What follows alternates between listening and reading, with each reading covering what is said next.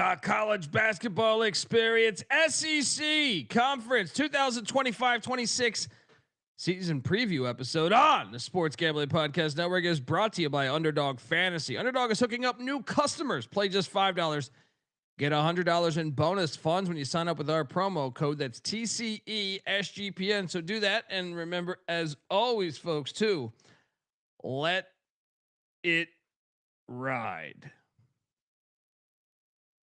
Hey, this is John Sally, and you're listening to SGPN. Let it ride.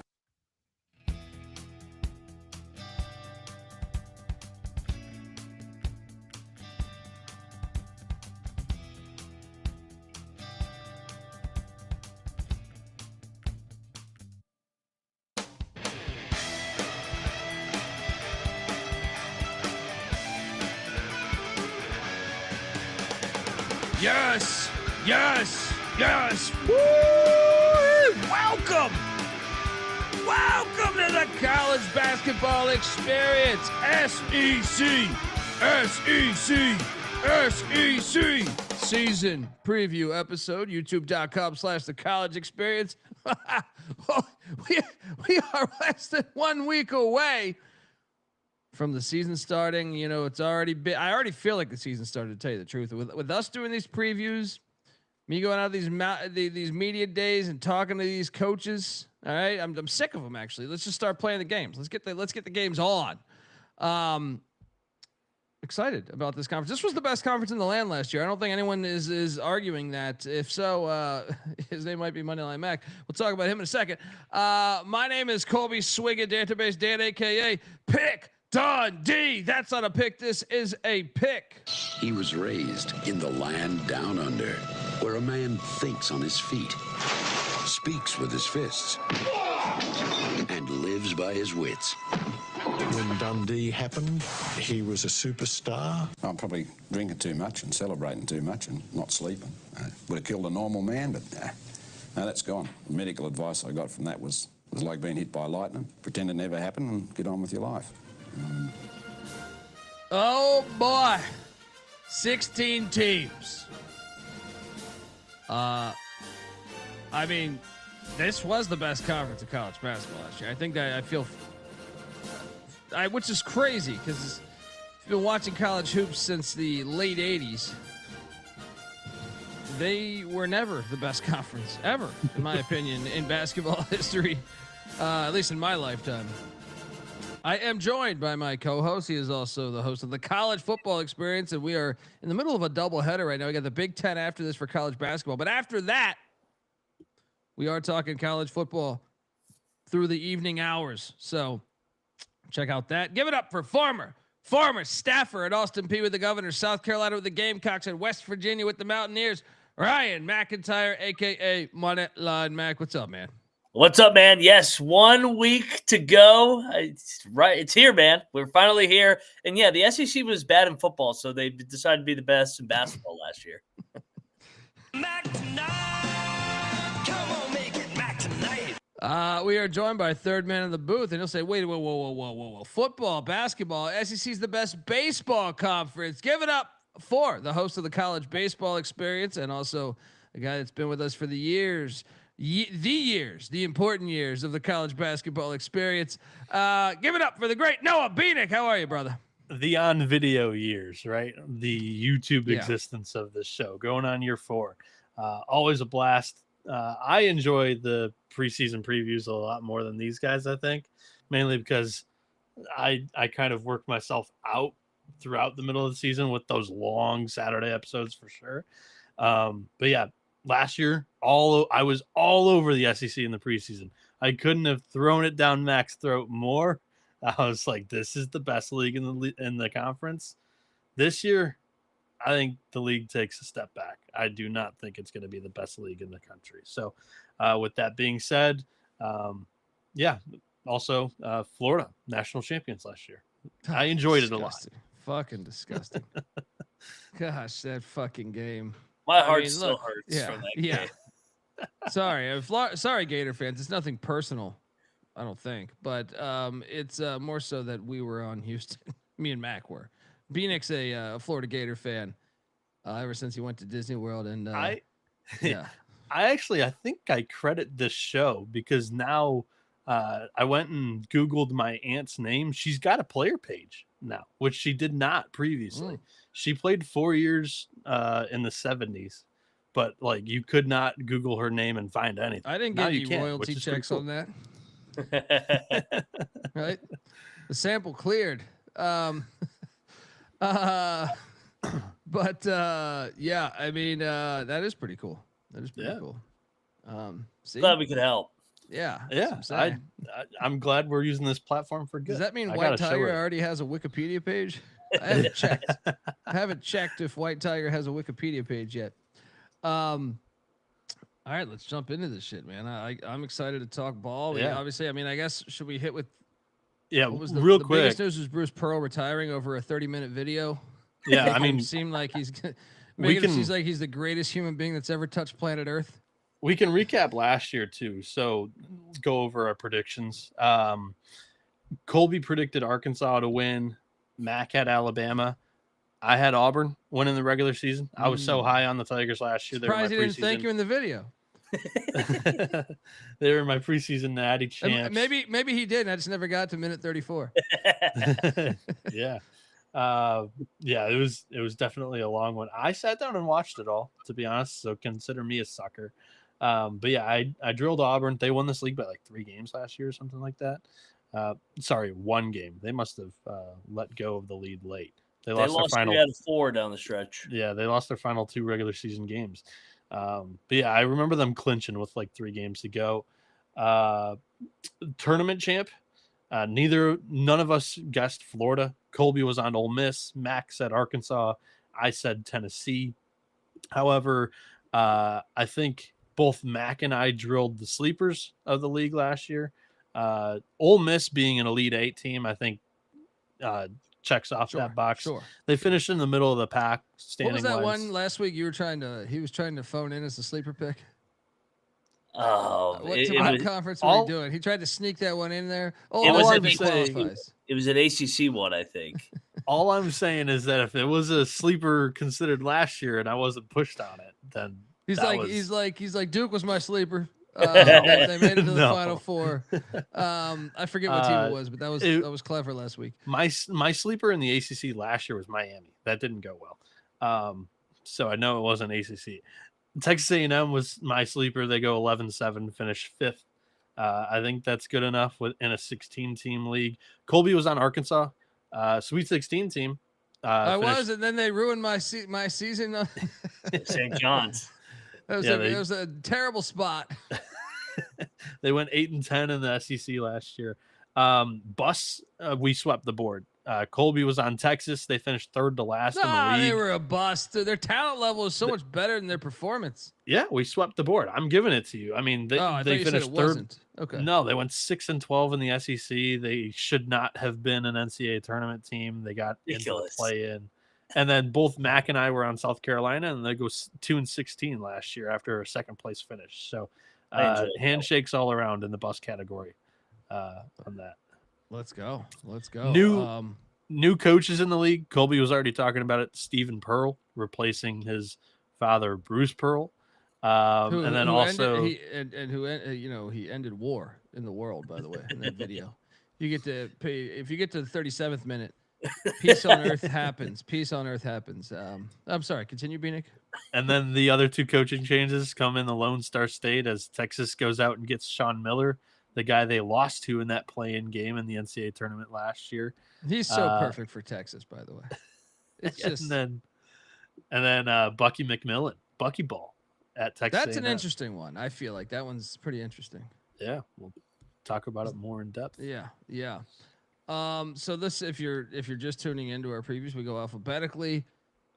So with that, let's hop in and talk about the first team on the board, which is Roll Tide, Alabama. All right, Nate Oats and the Tide. Well, I think they had very good news when Noah Bienick's LeBaron Philon, withdrew from the NBA. That right there was pretty fucking big news. Aiden Holloway is back as well. Latrell Wrightsell is also back. He's like a fifth-year senior, I believe. Aiden Sherrill back, as well as Houston Millette, is it? All back. They bring in some 4 stars in London Jemison, Davion Hanna, Amari Allen. And then they got, I guess they're waiting on a waiver for somebody else, but they go out to the Patriot League and bring in Bucknell transfer Noah Williamson, a guy who averaged 17 points a game with the Bison, Jalil Bethea from the Miami Hurricanes, and Taylor Bull Bowen from Florida State. Interesting. And then Tarleton State's Bristow, a freshman who flashed with Tarleton State a season ago. They lost a lot from last season. Mark Sears. Youngblood, Sears, Nelson, Grant Nelson, the Rutgers big man. I can't think of his name right now, but yeah. They lost all those guys. I mean, look, I think this program is pretty solid, but I also expect them to step back a tiny bit. So, yeah. Mac, your thoughts on this year's team? Yeah, I mean, the bar is super high with what Nate Oats has been able to do with this program the last 6 years. And I mean, especially the last 3 where they've gone to the second weekend or better, including a Final Four just a couple years ago. So what murder? Exactly. Yes. They've like you said, this is kind of a program we just expect to win 25 plus games because of their identity of being able to score the ball and play a chaotic pace. But I do agree. I think they will take a step back, losing all those veterans that were in Oats' system. But I think they're still talented as hell. And I like the Williamson get from Bucknell. I think they will be an NCAA tournament team. But no, I would probably say they're probably closer to the middle than they are to the top of winning the SEC again. I've got them kind of in the middle of the middle and the top.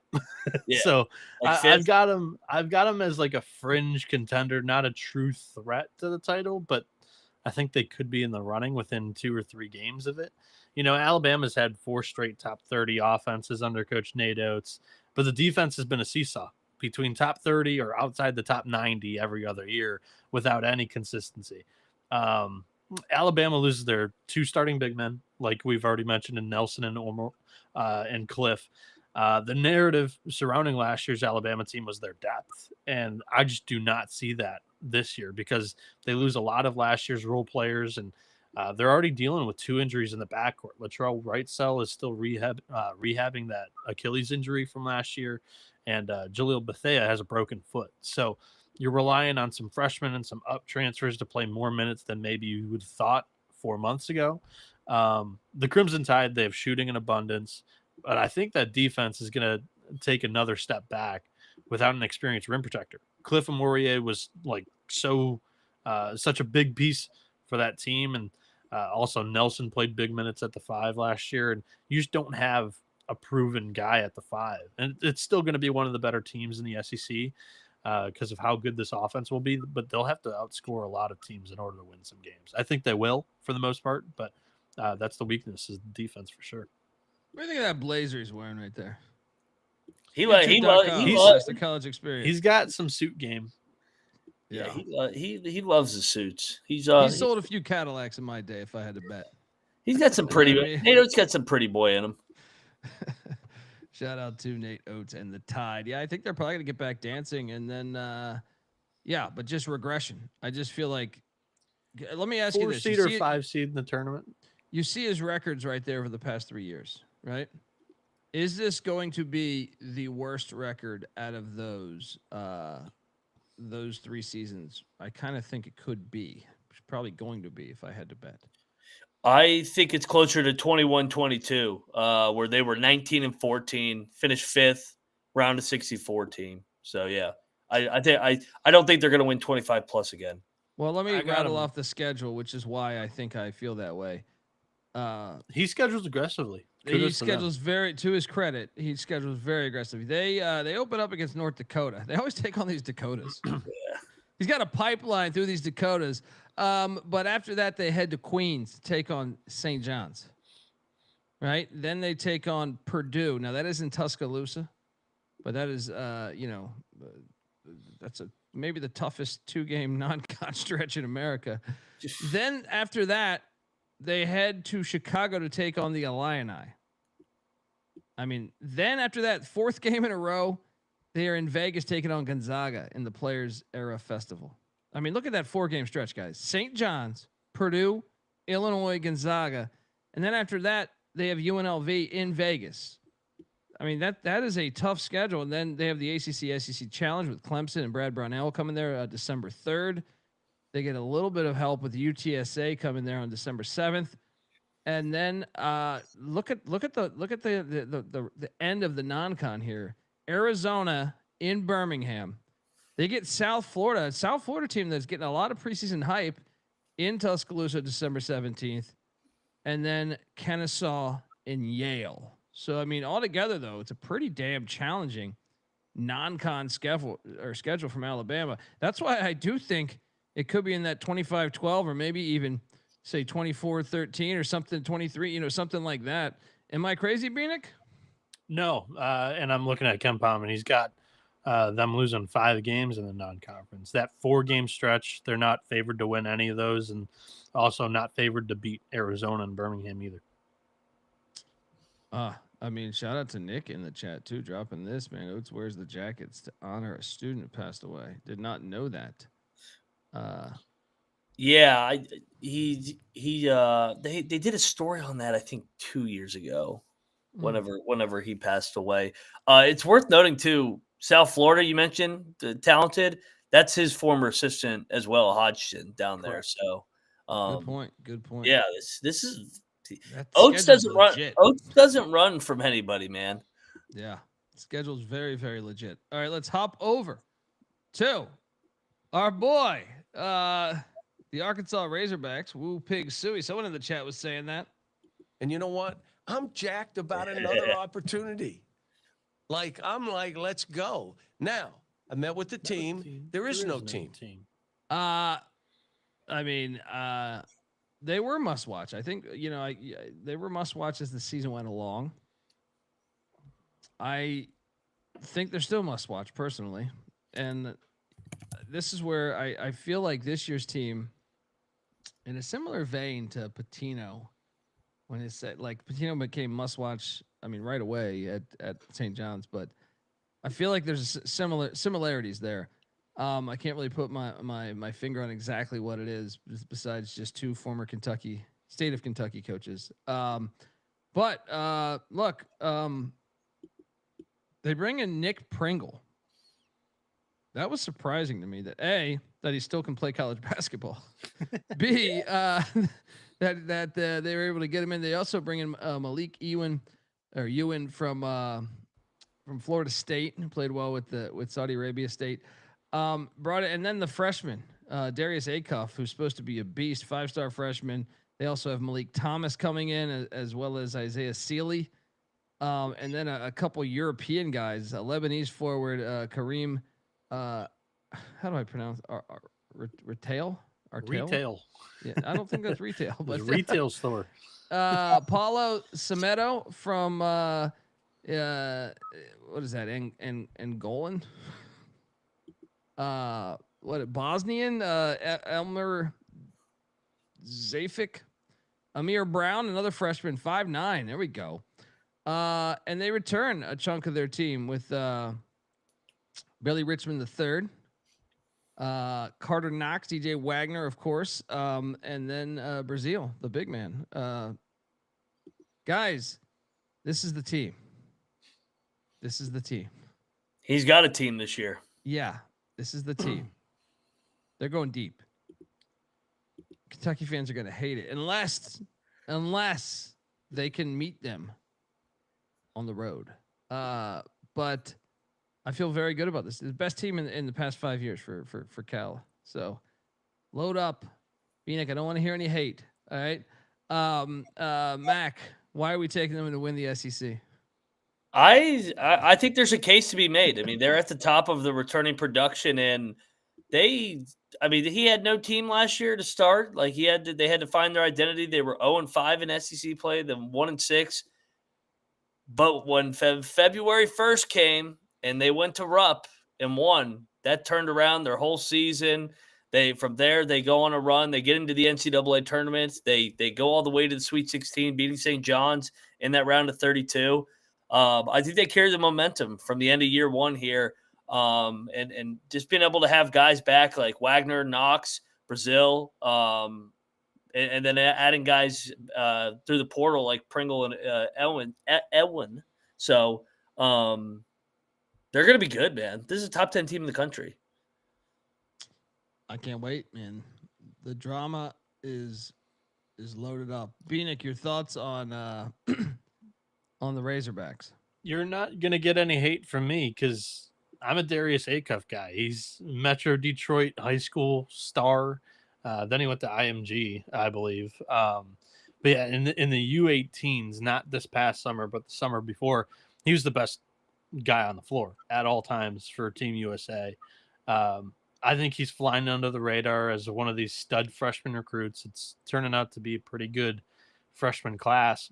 Acuff's a ball dominant guard, and he will be a very good guard in Calipari's offense because, he just kind of lets these guys go.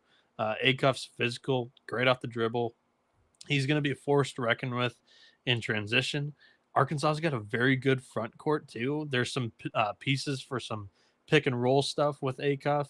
Outside of Acuff, I think there's some questionable shooting, and the bench is really young and inexperienced. It makes me slam on the brakes from calling them a top 10 team, but I got Arkansas in the top 5 of the conference in the SEC. So very high on Trevon Brazil. He really turned it up in the back half of the year, coming off the ACL injury early in the season. He wasn't quite the same. And his numbers were down overall last season, but the athleticism is back. He's the real deal once again. The ceiling for me with this team is DJ Wagner, Carter Knox. Can they shoot the outside ball? If they can, I think the Hogs are going to be good this year. Really good. You know what's not good though? Their schedule. Yeah, this horse shit. No, it's not their fault. Why? Why is it not their fault? It's the SEC's fault. Oh, for not scheduling at Kentucky? Why can we not do a home and home? They have dynamite there, and the SEC refuses to light it. They refuse to light it, and it bothers me greatly. We get Missouri, Arkansas twice, right? Come on. Come on, man. We want a home and home with Kentucky. It's not that fucking hard to do, especially when you have 31 games or whatever. The non-con. There is, to Bienick's point, there might be just a little bit of bullshit with the Southern Jaguars coming in there. Central Arkansas, Samford, Winthrop, Jackson State, Fresno State, and Queens. But all their tough games are neutral. They have one at. Yeah. Keep going. They play at Michigan State in East Lansing on November 8th.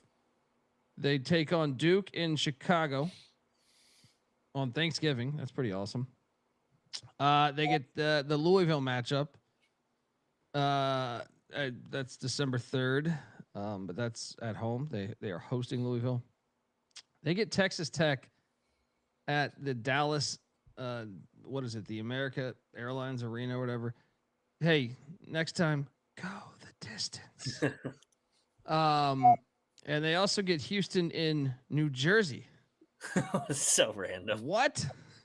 They also get James Madison, which I guess could be chippy if you're not just a sleepwalking. JMU's a decent program. We've seen them. Remember they went to East Lansing and won a few years back. But yeah, that's the non-con.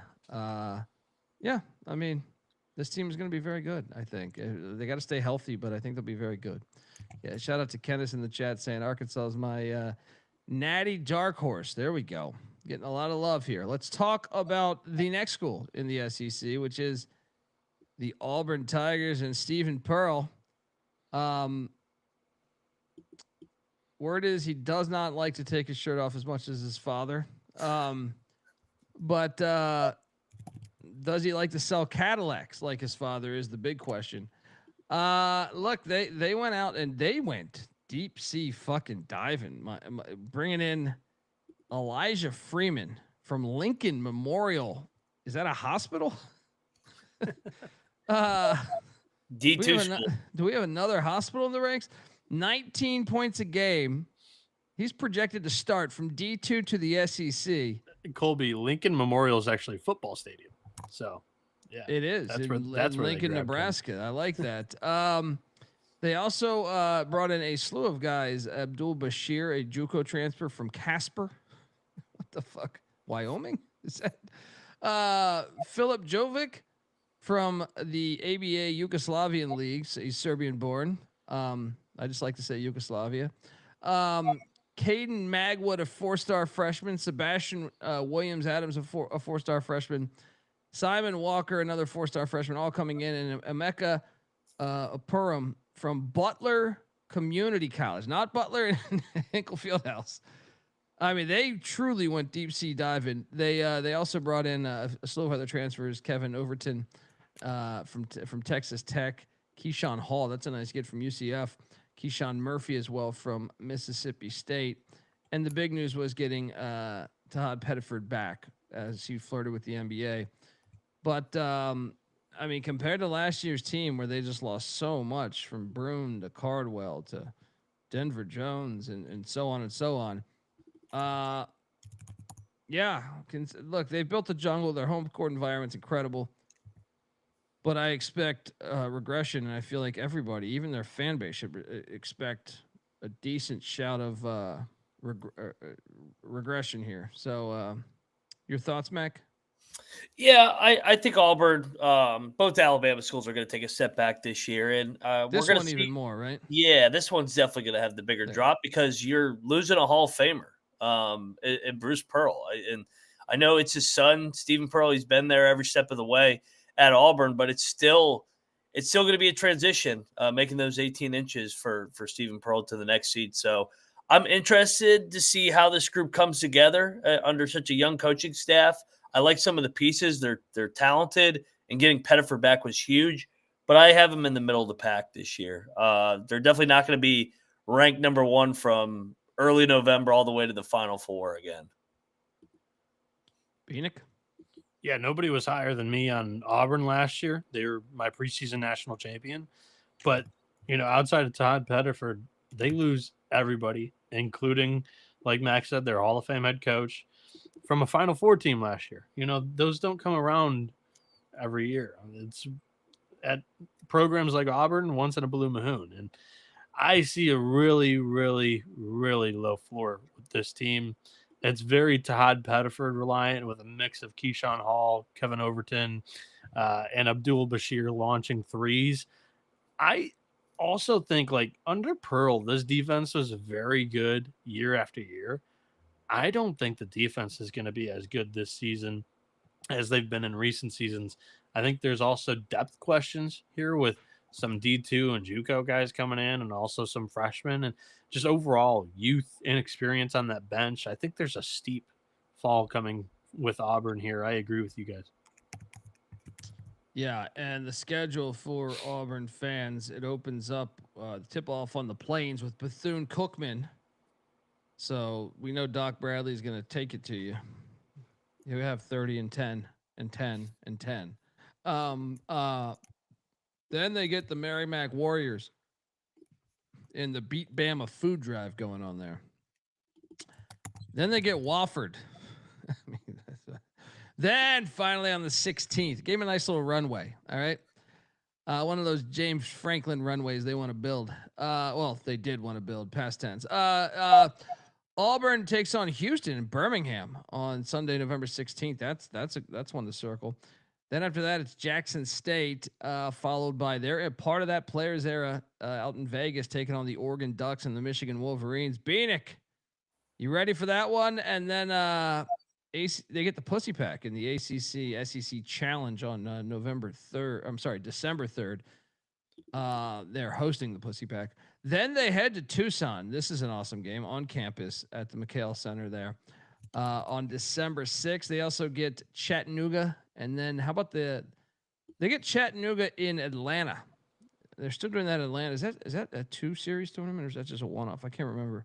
And then they get the Boilermakers in Indianapolis on December 20th before going up against Queens to close out the non-con. So, what do you make of that? It's all right, right? There's some fat in there. They did Big 12 it up a little bit with Bethune, Merrimack, Bethune, Merrimack, Jackson State, Queens. I mean, little Iowa State in there, Bienick.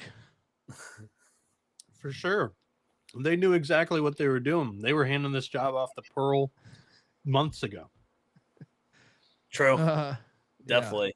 Yeah. I mean, they got some tough ones with Houston, Purdue, Arizona, and Michigan. Those will all be top 10, top 15 teams. Yeah. It's just not even close to the recent gauntlets that Auburn's had with Bruce. Last year, they didn't play a single team in the 300s. And you've got the potential of 2 or 3 of them this year. I don't know. They also hit the road one year at App State. Like, they're not even close to challenging themselves like that. They stormed the court on them. I remember that. Oh yeah. That was great. Was that last year or the year before? 2 years ago. Yeah. I think 2 years ago. Yeah. I mean, look. What do you think the chances are they miss the NCAA tournament, Mac? I think they're good. Like, yeah. There's a world if they don't find their identity and let's just say they kind of get beat up on in the non-con, and then they're not good enough in the SEC. There's definitely a world where they could go 7-11 in SEC play. it depends on how good the conference is in the non-conference, which then determines how many losses you can take in the SEC. If it's a league where, like last year, you can go 6-12 and Texas gets in as a playing team, they're a tournament team. Because that's about where I have them is last year's Texas, like 12th. So, yeah. All right. Look, before we get to the next team, I want to let the good folks know. That's what you guys are. Everyone listening and watching, you're good folks. I want to let you know that, we are the College Basketball Experience, part of the Sports Gambling Podcast Network, and the NFL, MLB, NBA, college football, and NHL are all live. College hoops as well. And we got podcasts giving out free picks for everything. CFL as well. Even the Canadian Football League with the Grey Cup coming in the next couple weeks. Subscribe to the SGPN feed to catch every episode. Get it wherever you get your podcast. Just type in SGPN and boom, let it ride. We're also brought to you by MyBookie.ag. MyBookie is your place to bet on basketball, and everything else. Of course, their prop builder second to none, and their motto is bet on anything, anywhere, anytime. You can easily deposit, get lightning fast payouts using crypto. So head on over to mybookie.ag, and when you do, use our promo code TCESGPN for 100% bet back bonus up to $500 for new customers. That's mybookie.ag, promo code TCESGPN. And we're also brought to you by NoVig. NoVig is America's #1 sports prediction market. And with NoVig, you're getting the best prices because they're an exchange. NoVig's available in 35 plus different states. Download the NoVig app and get $50 when you spend $5 if you use the promo code SGPN. So get in on that action with NoVig. Promo code SGPN. All right, next up. We got the reigning national champion, Florida Gators, who, man, they damn near went undefeated last year, 36-4, unbelievable. Well, there's a lot of reason to be optimistic, I think, because Alex Condon's back, and then Bienick, how do I pronounce the other big guy's name? Ruben Chinyelu. Yeah. Washington State. Yeah, he's back as well. Thomas Hall is back as well as they go and get the one Boogie that looks Flan. easy on paper tricks him up. It's tough just all of a sudden switching back to basketball when you've been reading football names for 6 months. So Yeah, it's just I get it. wait a second. Boogie Flan is I mean, that was the big news, is them landing Boogie Flan. Also Xavier Lee from Princeton, AJ Brown from Ohio, Kovachev from Sac State. He didn't want Shaq as the general manager. He said, I'm out, going to reigning national champs. Sell your goddamn General's car insurance. Alex Lloyd, a 4-star coming in. Same with CJ Ingram. Excited about both of them. The roster, honestly, if they stay healthy, they're pretty fucking good. Bienick, I'm curious. I normally go to Mac first, but I'm gonna go to you first here because this is one of your teams. And could we see back-to-back national championships here? I'm not quite that high on Florida. But then again, I wasn't that high on Florida last year either. I remember picking them third. I went and listened to last year's show to go get our predictions and everything. I picked Florida third, which was relatively bold. And Colby specifically said, there's a chance. And they had that good of a year. So I don't know. I mean, again, I'm relatively warm, but I think there's more people that are higher on this Gators team than I am this year. Florida's had back-to-back top 15 offenses under Coach Todd Golden, and parlaying that last year with a top 10 defense was what unlocked their national championship winning ceiling. Unfortunately, that good defensive backcourt that had Elijah Martin and Will Richard, two very good defensive guards, have left alongside, the tournament MVP and Walter Clayton Jr., who made himself a program legend. Florida needs to replace that entire backcourt.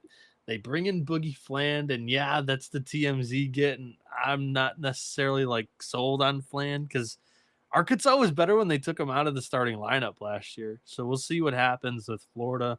Also, Xavier Lee, the physicality is a little bit of a question mark for him coming in from the Ivy League into the SEC.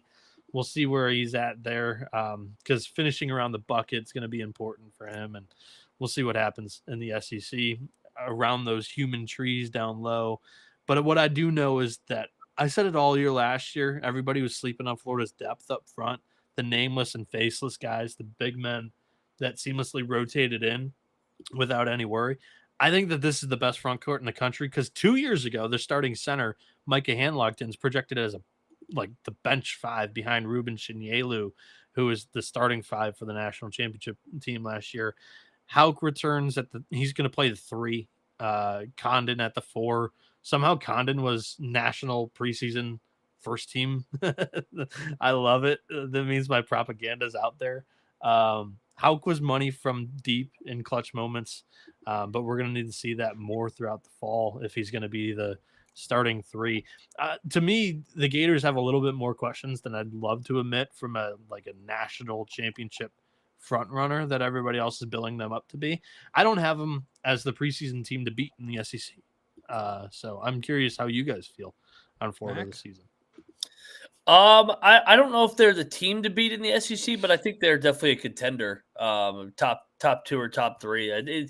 To Avetta's point in the chat, they're huge up front in the front court with those 3 bigs and then a couple guys off the bench as well. So I think that the identity is going to be different with this team. They're going to more try and play slower just because they do have more size, and that backcourt last year was just unbelievable, led by Walter Clayton. But yeah, I think Florida's a national championship contender again. I'm just curious to see what this new look Gator team is more featured in the front court, and they scheduled good. And we're going to find out here in 7 days from now. Oh yeah, they open up with the Wildcats in Vegas. Very excited for that game. Yeah, that's great. 1 week. It just sounds good. Sounds good. It's getting excited here. Tough crowd in the chat. Frank's saying Golden can't coach and make adjustments. He just won the Natty. That pile of shit. He can't coach.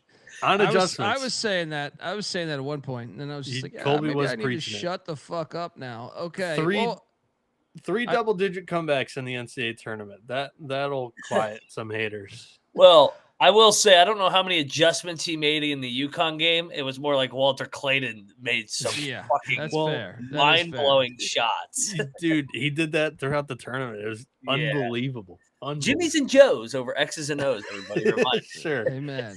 Hey, do you want to highlight Florida's schedule real quick? Oh, yeah. What am I talking about? Go back. You just wanted to talk Mike White, former Gator coach. Yeah. What is this? it's a great. I had a great segue planned, and no. But obviously we talked about how they open up. You even served this up to me, and I missed it. With the Right. Arizona one, I think I was just mad that that Houston game. It's like fuck this team. But yes, they open up on TNT next week against Arizona in Vegas. Should be a fantastic game. Then they get North Florida, followed by Saudi Arabia State, aka Florida State, on November 11th. I do like the regionality of these 3 games in a row. North Florida, Florida State, and then taking on Miami. But in Jacksonville, hey Miami, go the distance. Then they get Merrimack, followed by TCU in San Diego. Fuck is that?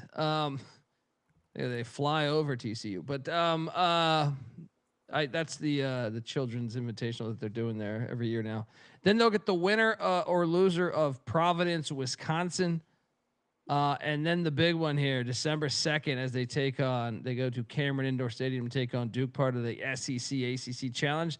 Then they come out of that and go to New York City, take on the UConn Huskies and Coach Hurley's bunch. And then let's just make sure that Hurley doesn't pick out the referees. That's all I ask. Yeah, that's gonna happen. How about this one? This one, it's tough for me to address this one because they're taking on George Washington in Sunrise, Florida, as the Orange Bowl Classic. I mean, instead of us doing a basketball game to honor the one of the greatest stadiums in the history of football, can we just destroy that stupid Marlins Park and return the football stadium? All right. Anyway, they get George W. there, not George W. Bush, but George Washington, and they get St. Francis in their final year. Made the NCAA tournament. Hey, let's go play. They're dropping to D3 after the season. Then they get the Colgate Raiders, the toothpaste, on December 21st. Then they get fucking Dartmouth on December 29th. Do you think this schedule is more challenging? I mean, just the fact you have Arizona, your rivals with Florida State and Miami, and then Duke, UConn. That right there, I think, is enough meat on the bone for me to not shit on the non-con. Your thoughts on the schedule? And you gotta like some of them getting the regionality games, playing Florida State and Miami, so some Florida bragging rights games too. So yeah, it's a solid schedule. The Duke and UConn games back to back will be huge. We took some notes from the Big 12.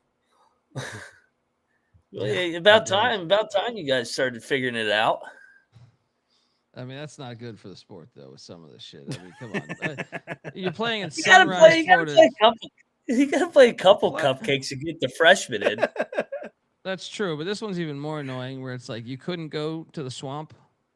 You're going to Sunrise, Florida? Yeah, well, I mean, Sunrise? let's talk about this real quick. How is Todd Golden losing the discussion to Jai Lucas about where they're playing their damn basketball game this year? Unless this was a deal that Orange Bowl money. Unless this was a deal that it was like a home and home neutral, but they play almost every year. I just don't understand let's honor the football stadium by playing a basketball game. What? I'm so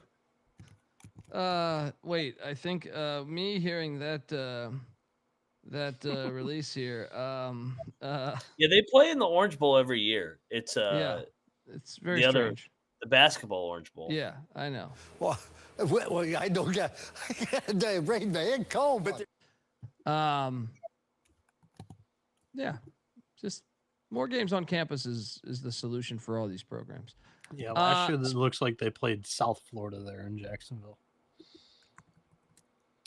What are you gonna do? At least it's in Florida, but it's not like I feel like didn't we see a game last year between like Texas Tech and somebody or so?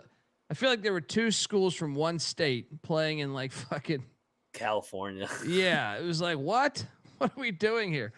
Look, they fired Mike White to bring in Golden, and well, I think we might have been upset a little bit at that, but Turns out they were right. Look, Mike White's at Georgia, Hey, and he's done I a want good it known job. too. We didn't fire Mike White. Mike White took the Georgia job. Yeah, Mike White left before he could be fired. He did a Calipari. He realized. Yes. He realized the only problem was Mike White could walk his dogs because most people in Gainesville really cared about their football program. They're like, we did not axe White. He left. That's true. He didn't get fired. He left, but he was about to get fired. Right? He read the room. Actually, credit to him for reading the room. Snow White, buddy. As long as they got Blue Cane, I will bet on them, and they do have Blue Cane back. 27 minutes a game a season ago, just about 10 points per game. But the problem is they lost a slew of guys in the portal. And then Newell, the big man, he's gone. They return. Besides Blue Cane, Samto Cyril was a guy who got about 14 minutes a game. Dylan James got about 14 minutes a game as well. And Justin Abson, who was a senior that got about 10 minutes a game a season ago. They went out to the portal, brought in Jordan Ross from St. Mary's. Randy Bennett was like, you want to be part of the program? Go. Get out of here. Get out of here. Jeremiah Wilkinson from the California Golden Bears. Cannon Catchings from BYU. He's like, I don't want to win a natty. Let me go to Georgia. Marcus Melender from UTSA. I remember ECU just destroying their season. Justin Bailey from the Wofford Terriers. And a bunch of 4-star freshmen coming in. Jake Wilkins, Kareem Stagg, great name. Guys, as long as I got Blue Cane, I just want to pick them to win the SEC, but I won't right now. But yeah, I think the team is not as talented as a year ago. So I will take them to not make the NCAA tournament. Mac? Yeah, last year was the breakthrough year for Mike White. He gets him to the NCAA tournament in year 3. I'm trying to remember who they got killed by Gonzaga. That's who they ended up losing to. So, but overall a good year. You mentioned it. They lost a ton off of that team. So there's a lot of question marks with this roster, I think. A new backcourt. I like Blue Cane. He's a solid piece as well. He'll be their veteran leader, it looks like. But I think that Mike White just finds a way to hit the floor is high with Mike White. You see it. Those 3 years, they're over 500. He was never bad at Florida. It just had a couple teams that bowed out in the round of 32 or in the NIT. So I think it's more the same. I think I don't know if they'll win 20 this time, but I think it may be closer to year number 1 here coming off the NCAA tournament. Yeah, I somewhat liked last year's Georgia team. I had them in the tournament in the preseason, but it was like, they hit some good recruits coming in that class, had a good, nice portal class that plugged in some holes. And I think that was more of what a ceiling could be at Georgia. Because, prior to that 2025 season with Coach Mike White, he had underperformed preseason expectations in 7 straight years. I've Georgia falling back into the basement of the SEC this year because I think it's going to be an offensive struggle. It's the 3rd least experienced roster in the SEC this preseason, according to Torvik.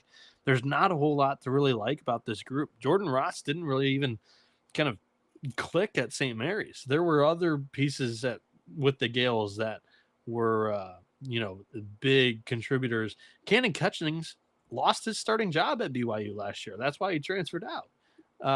And they played better without him. And Purdue didn't want him either. So he's on his 3rd destination in 2 years. And Blue Cane, his freshman year, was a little bit of like an SGPN joke, and he's turned into like the key piece of this team. And that's a little scary. Let's go. The schedule. Let's talk about this schedule because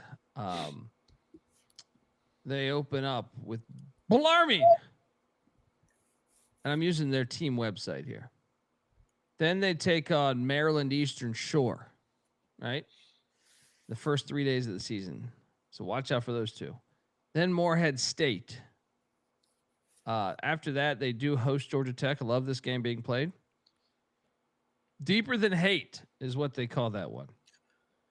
Don't let them tell you otherwise. Florida A&M, they get after that. Then they have the Shriners Children's Charleston Classic, which I will be at. Xavier, they're going to get Xavier there on November 21st. The Shriners tournaments are awesome. Went to their baseball tournament last year. Very well ran. You'll enjoy it. And then they're going to get the either Clemson or West Virginia there. Then they get Tennessee Tech. Then they get Florida State and Tallahassee. Their only road game of the non-con. Yeah. Then they get Cincinnati and Atlanta for the Holiday Hoops Classic, whatever the hell they're calling that thing. And then Western Carolina. Watch out for those Cats. That could be a chippy game there, December 18th. Then they get West Georgia, who's recently moved up the ranks on December 22nd. I want to talk about this on December 29th, their final non-con game in Athens. According to their website, they're scheduling the fucking Long Island Blackbirds. Have you guys seen this? They have not adjusted. They are still calling them LIU Brooklyn, and they have the Blackbirds logo. Yeah, what the hell, Georgia? This is a high major program. There's no sharks apparently swimming down there in Athens. Curious what you guys think of the non-con, because there's some fluff on that. There is some solid fluff on that. They knew this was going to be kind of a rebuild year, I think, with the way they scheduled. For sure. Yeah. Blackbird singing. Are they live? Rod Strickland going to come into Athens, Bienick, and get that dub, right? You on that now? Let's call it right now. I don't know, man, because I think Gerald Gillian meant a lot to that LIU team. Florida State will beat them because that's where Gillian's at right now. Oh, okay. So you're just already fading the Sharks or the Blackbirds. I'm sorry. Maybe that's why. Yeah, this team's towards the back of the SEC, I would say. Next up. Yeah. Oh boy. Well,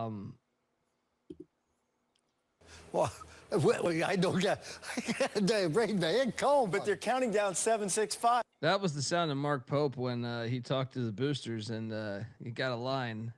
He said, "How much money can we raise to just a ballpark to each booster?" And they're like, "I'll throw down this much." And then you got this. Well, I don't get the rain man cold, but they're counting. I'll throw down this much. Well, I don't get the rain man cold, but they're counting. I'll do you one better too. To quote Taylor Swift, 22. Oh yeah, yeah, 22. Bienick's a Swiftie. I like it. I don't even understand that reference. That's the name of one I of the appreciate songs. Okay. One of her songs. You know, you got to be. You got to be. I at the don't time, know. Dundee. I don't know the I have a lyrics. I son, just know not the a song daughter. title. You gotta adapt. You gotta adapt to perish in the portal and NIL era. There we go. I mean, guys, I know this is When we were winning conference titles and going to the Final Four, we were making a statement. Our football team, our basketball team, for the last 8 years, has got a linebacker, a tailback, an offensive tackle, 2 safeties, and a quarterback, all recruited by friends of the program. Friends of the program. Nice to have friends of the program. All right. Is this the? I'm curious. What's more must watch, them or Arkansas, Mac? Because Mark Pope, who had a good season last year, I thought, but man, they brought back Owe. They brought back Brandon Garrison. They brought back Chandler deep on that bench, and then they bought everybody. Jalon Lowe from Pitt comes in. Denzel Aberdeen from Florida comes in. Muhammad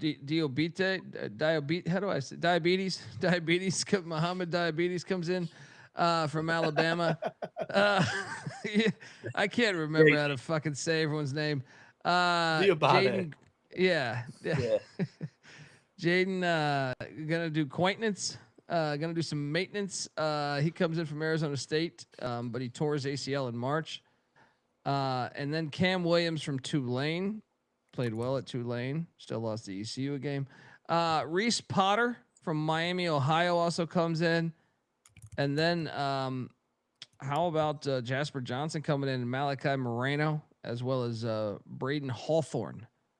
They loaded the fuck up. And I think the biggest thing they did was get rid of Kerr Krishna. Getting that guy just, if I've ever seen like dark energy for your team, right? Just bad energy, just get floating around. Kerr Krishna. Has he ever? I feel like every team he's been on, expectations teams weren't bad with him. Yeah. Okay. They just would bow out though. Yeah. Yeah. I feel like they lost exits. to Princeton in the first round. I just feel like every team that he's been a part of, and yet every offseason someone says, "Hey, we can get this guy." Mac, the question is, are they more must watch than Arkansas? I'm gonna say no, but they're right there.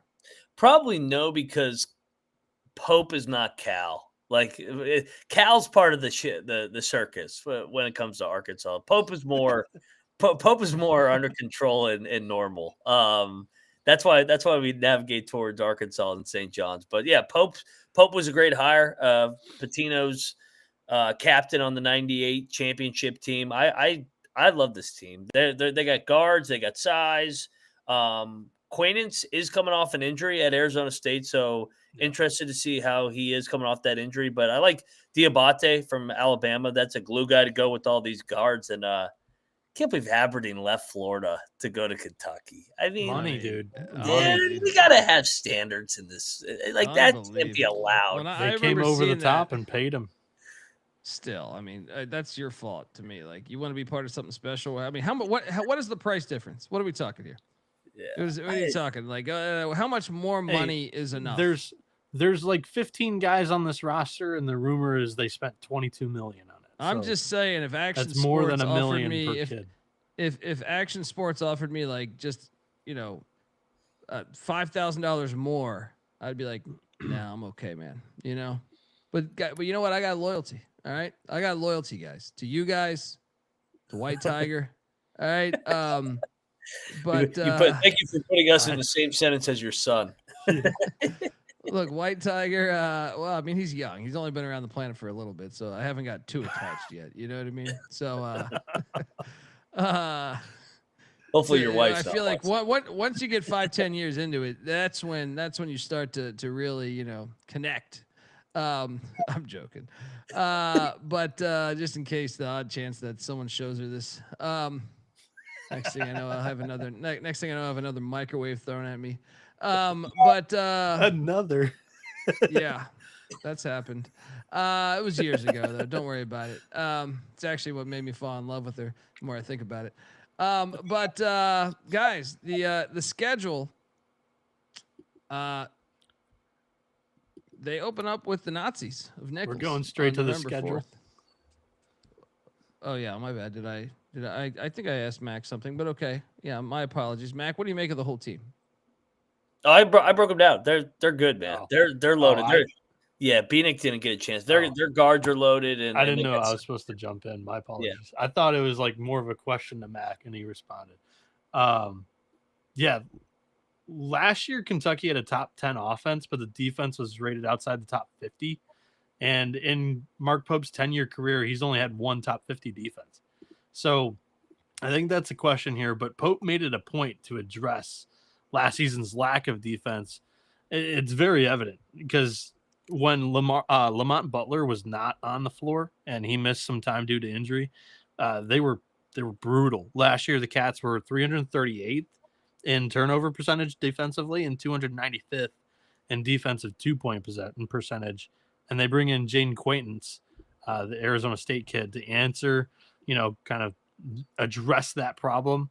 So many easy buckets at the rim last year against Kentucky. That still might happen early in the year because Quaintance probably not back till January-ish. And it's a knee injury with an explosive big man. To me, that's a lot of responsibility. He's still only 18 because he reclassified last year. But nevertheless, that's why you go to Kentucky, is all those expectations. And then in the time being, we already talked about it, Diabate, Cam Williams, Brendan Garrison.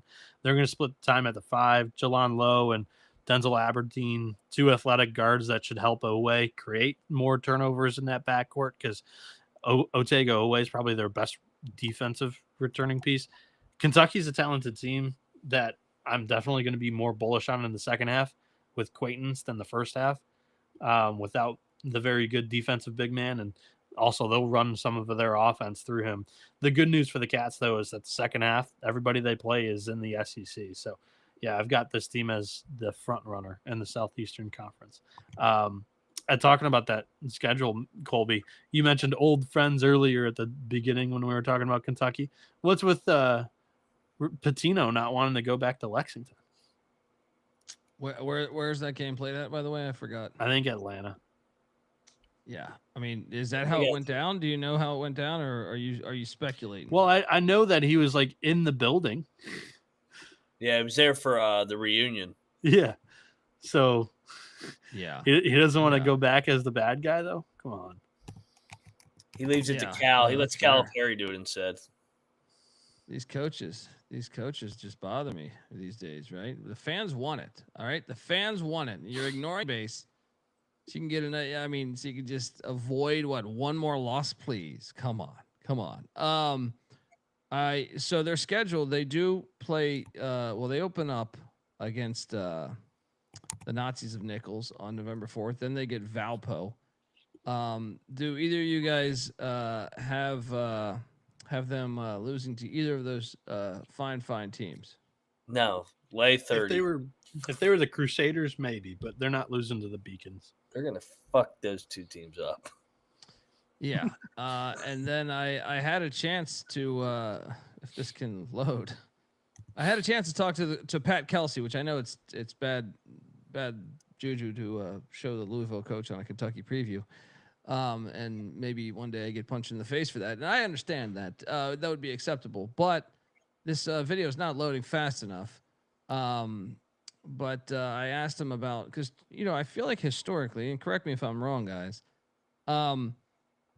Historically, that has been a game that has been played in right around New Year's or Christmas. I feel like. Yeah, it's early this year. And this video is not. It's not going to load in time. Let's just go on. But yeah, he said for whatever reason they couldn't. They had scheduling conflicts with the SEC, the ACC. Kelsey said he would like it around Christmas time, but they're playing it on Tuesday, November 11th. I watch that game every year when the schedule comes out for all these teams. I circle certain games. That one is one that it's like Duke, Carolina. It's like, I love the Xavier Cincinnati game. Some of those Gonzaga St. Mary's games. You circle all those games. I can't wait for that game. I can't wait for that game. That one is always one of the first ones you do there. So that is their first real test after the Nazis and Valpo is taking on Louisville. Then they get Eastern Illinois before they go to the Garden to take on Tom Izzo and Michigan State.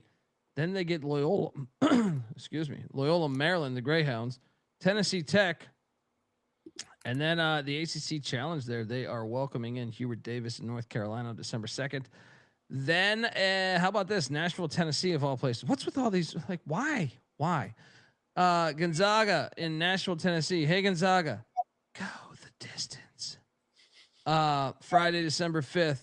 That's just not necessary. Can't you just, if you're going to go that far, and I know it was a return from when they went to Seattle, right? I think so. Does that sound accurate? Right? Yeah, because Cal wouldn't play at the Kennel. All right. We have a pandemic going on in the sport.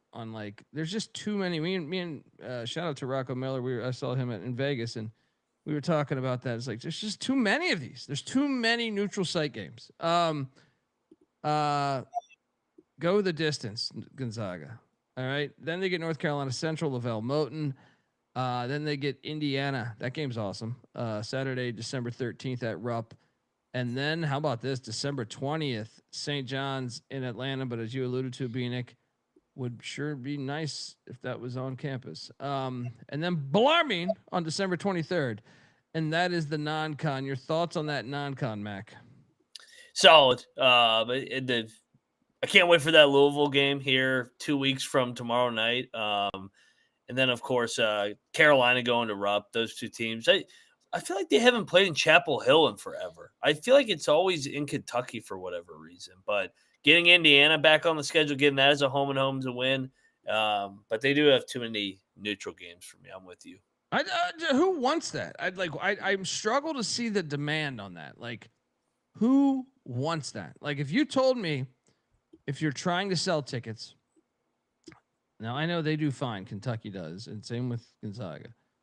But I'm just saying, like, if you're trying to attract someone that is not your traditional fan that goes to all your games, I am much more likely to go to a game, Gonzaga at Kentucky, than when I see it in Nashville. Like, sure, if I'm in Nashville getting hammered, I'll go to that. But I'm not going out of my way to go to a neutral site, Kentucky Gonzaga game. If you could now, if they had it on the schedule for Rupp, I would go out of my way for that. And I think most people feel the same as me. Am I crazy, guys? We went off on this in the WCC the other night because there's like 3 teams that are openly giving away their home games to Gonzaga this year to get more people in the stands. So Gonzaga's really playing like 14 league home games this year rather than 11 or 10. Yeah, whatever the number is. Someone's got to explain to me. I don't see the point. I don't like okay, hear me out. Okay. Back in the day or something. Back We're really in the day, getting sidetracked on the SEC preview now.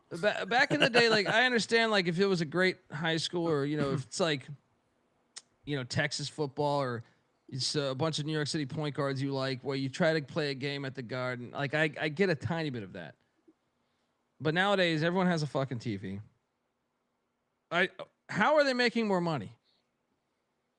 I don't get so I need someone to break this down on how this makes sense, because it must make sense for this many teams to do it. So it's definitely more corporate seats money, right? It's corporate money, more seats, more suites, more satisfaction for boosters and everything like that. For the smaller schools, Kentucky's got that at Rupp. Like, you don't need to do that at Kentucky, in my opinion, at least. Because I don't know the dimensions of Rupp, but it seats plenty. And then you're going to sell out for an extra, 2,500 tickets and a few more suites. Yeah, it's annoying. Frankly, like someone that loves the sport my whole life, I've loved it, but I feel like there's so many. Anyway, Kentucky's going to be phenomenal, and please play more games on campus.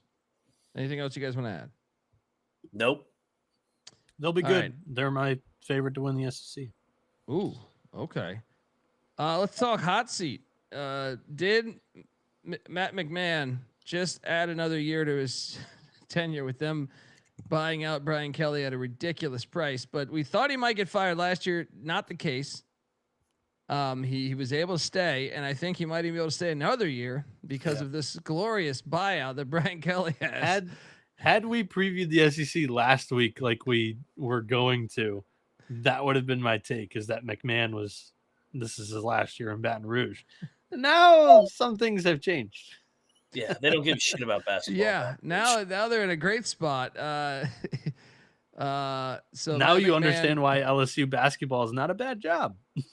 You're not under the microscope. That's true. And I feel like they've had, I guess I'm showing my age, but they've had some good teams. They made the Final Four one year, man. Like they've had some good basketball teams. Yeah, I remember them with, Chris Jackson, aka Mahmoud Abdul-Rauf, and Shaq and Stanley Roberts and shit. They had guys.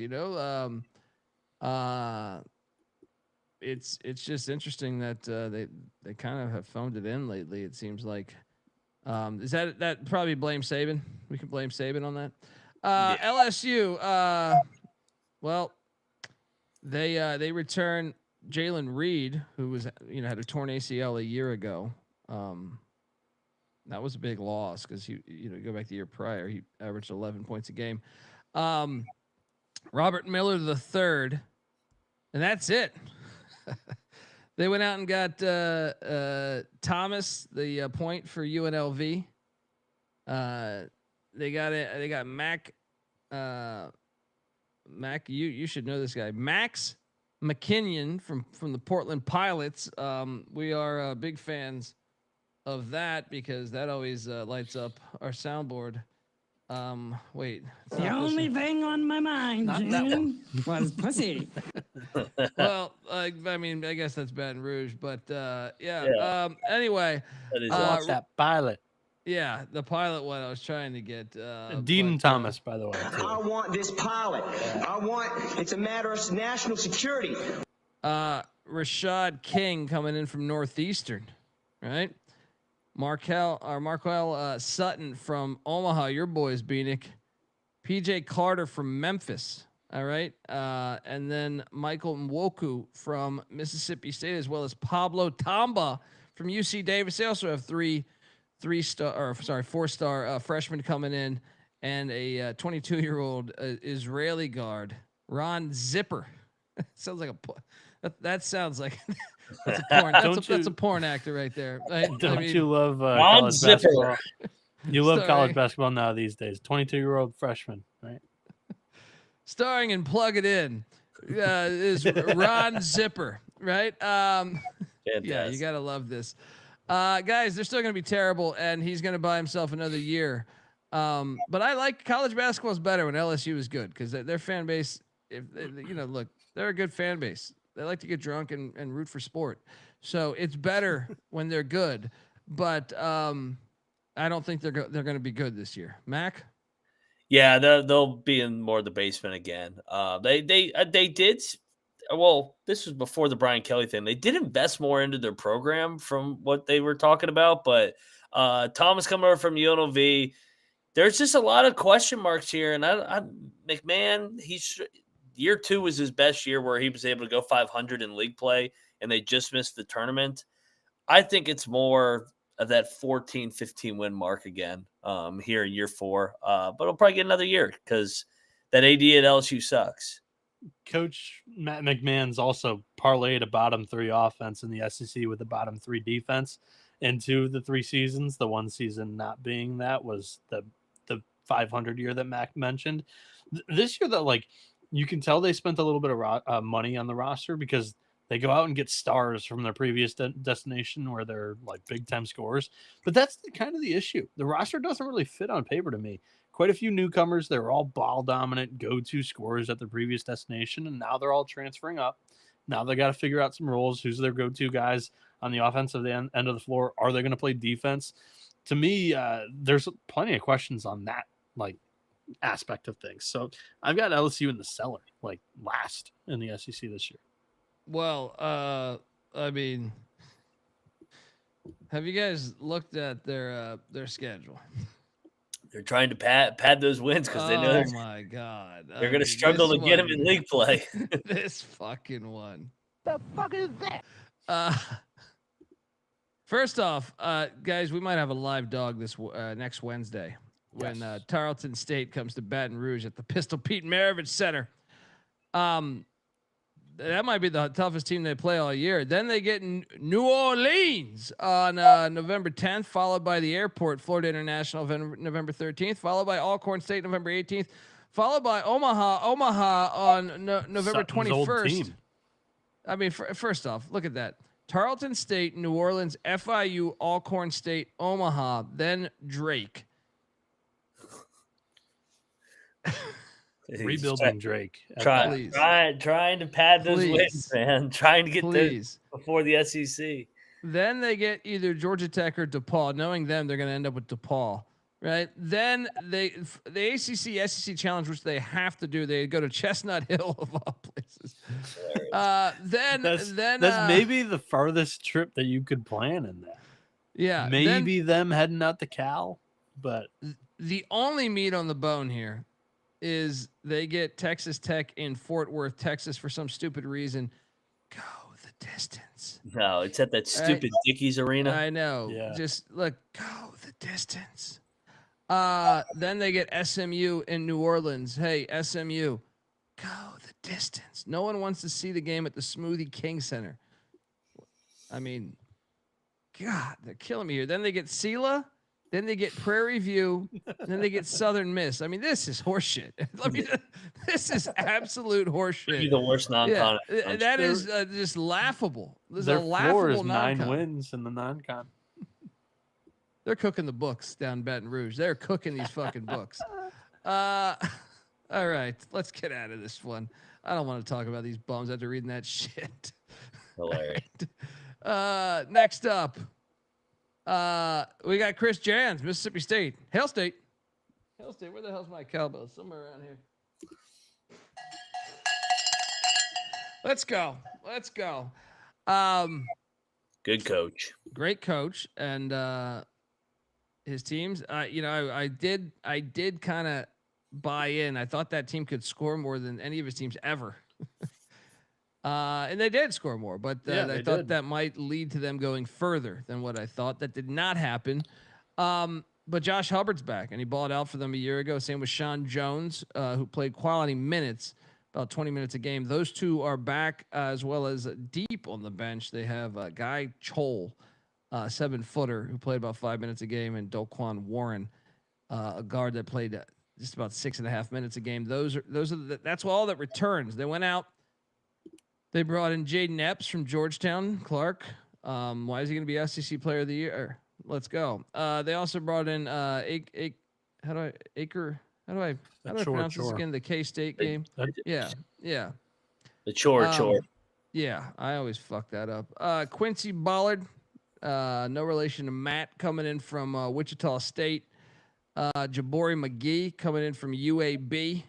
Amir Ali from Arizona State, and then Brandon Walker from Montana State coming in there. And then they have a slew of freshmen they're excited about. King Grace T. Barlett, Jamarian Davis Fleming, no relation to Vern, Cameron Paul, all 4-star freshmen coming in, and they also got a kid from Slovenia coming in, Serge Makura. I don't know how to say these names. Sergey. What are we doing here? Is that Sergey? Is that? I think that's Sergey. It's not silent. Okay.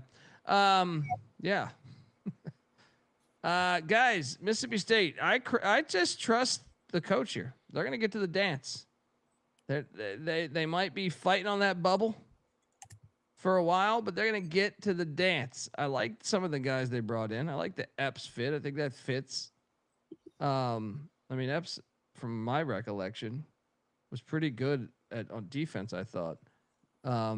So of course, I feel like if you're going to be a Chris Chan's guy, you got to be able to play defense. So, Mac, you got Hail State dancing?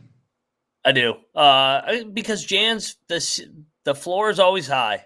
Those 3 years right there, 21 wins, all 3 years.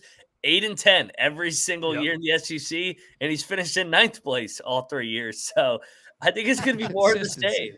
This is like the definition of consistency.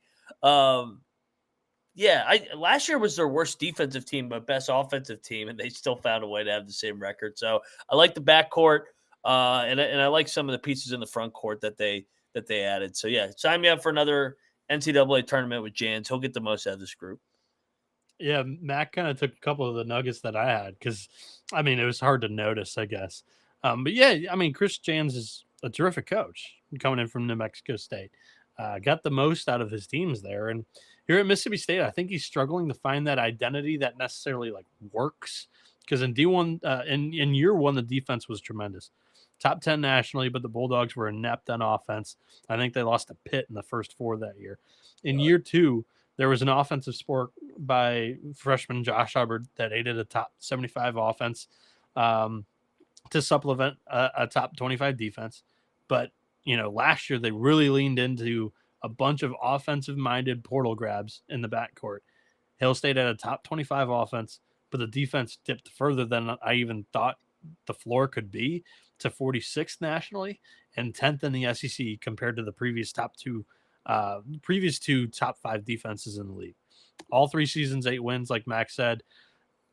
Maybe that's the ceiling at Mississippi State because MSU's only won more than 8 games in the SEC 3 times in the last 13 seasons.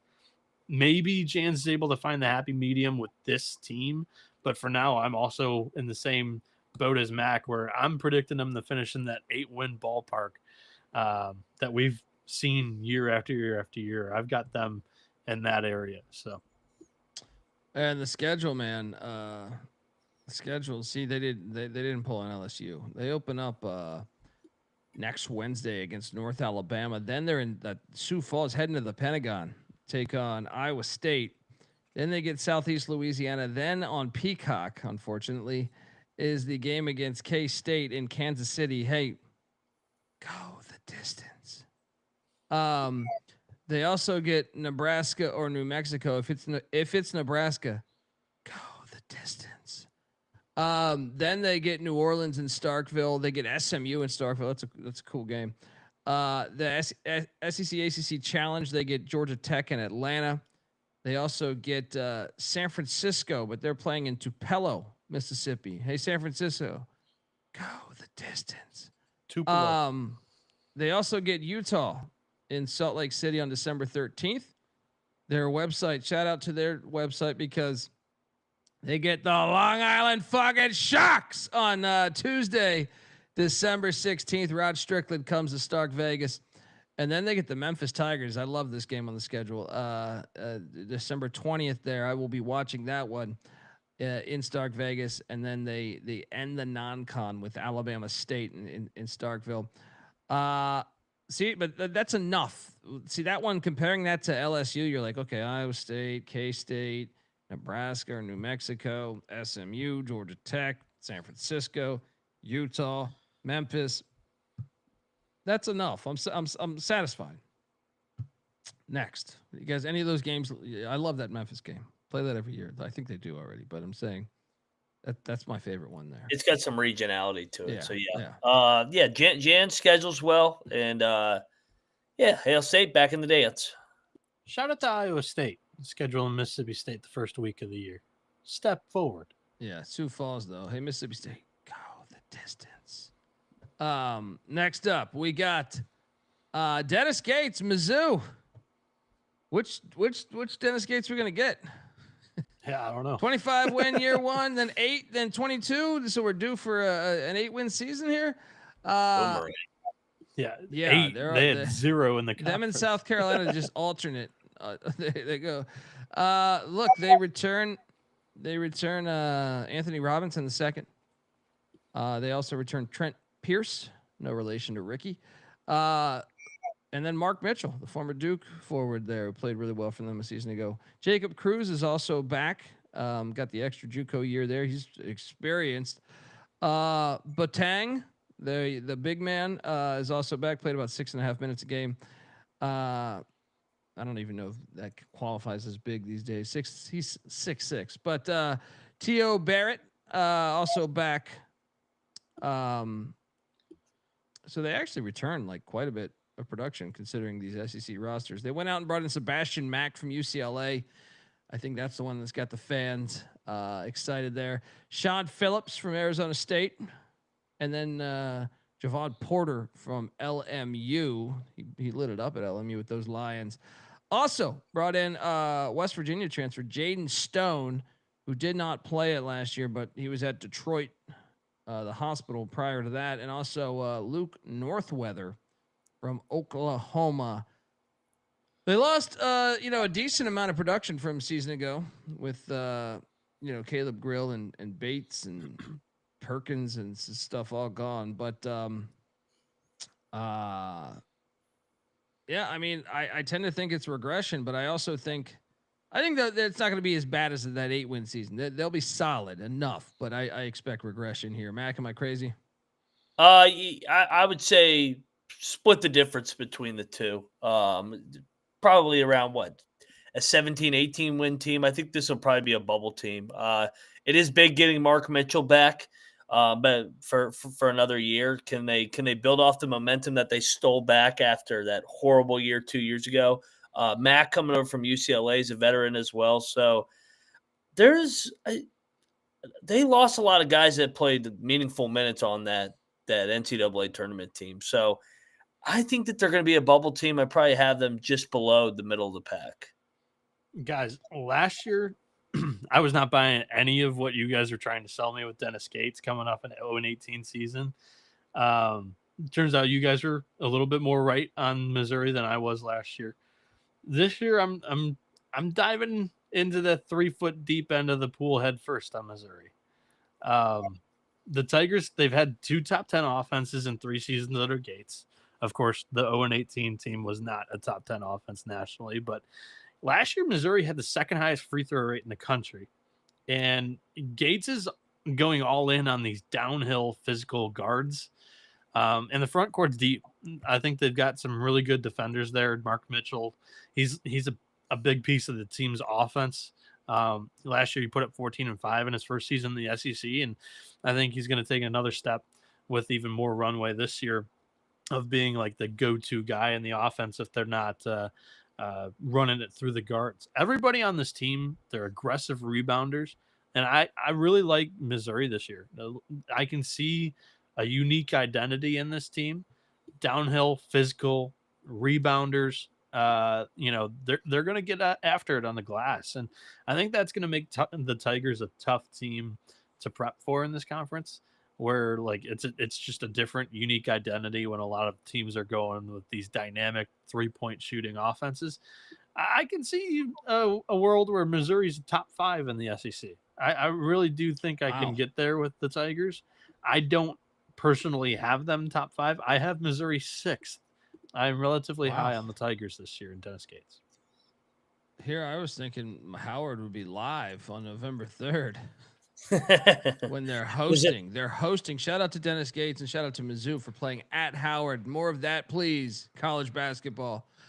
They have lost by games before under Gates.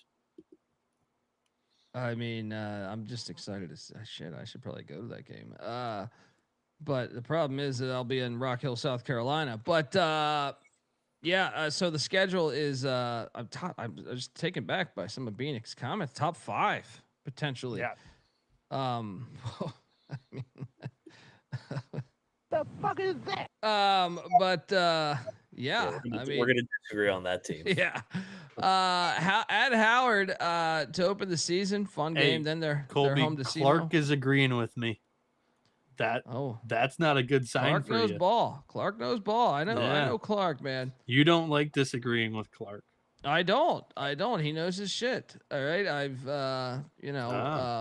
So shout out to Clark. They take on SEMO in the second game. Regionality, like that one. Then VMI, the Keydets, coming into Columbia, Missouri on November 9th. Then Minnesota, the Gophs. It's a shame it's not at the Barn, one of the greatest venues in the history of planet Earth.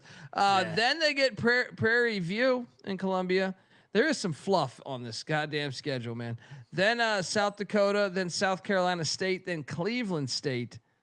Then they make a trip to Notre Dame, part of the ACC SEC Challenge there on December 2nd. Then the Kansas game, but it's in Kansas City, Missouri. That's horrible. The distance. Go the distance.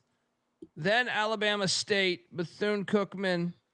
They take on every damn school in the SWAC. Did they join the SWAC? Did I miss that news? December 22nd, they also get Illinois. That game should be played every year. I'm glad in football that unfortunately has gone away, but I love that game on the schedule. Kansas game should always happen too, but on campus. I mean, but there is some fluff on this fucking schedule. Let me repeat some of these. Howard, South SEMO, VMI, Prairie View, South Dakota, South Carolina State, Cleveland State, Alabama State, Bethune-Cookman, Mac. They're cooking the books over here in Columbia, Missouri, aren't they? Oh, this is the SEC, man. You got that damn handbook. Cooking the books. Page 34. Cook the books. This is a soft non-con for sure.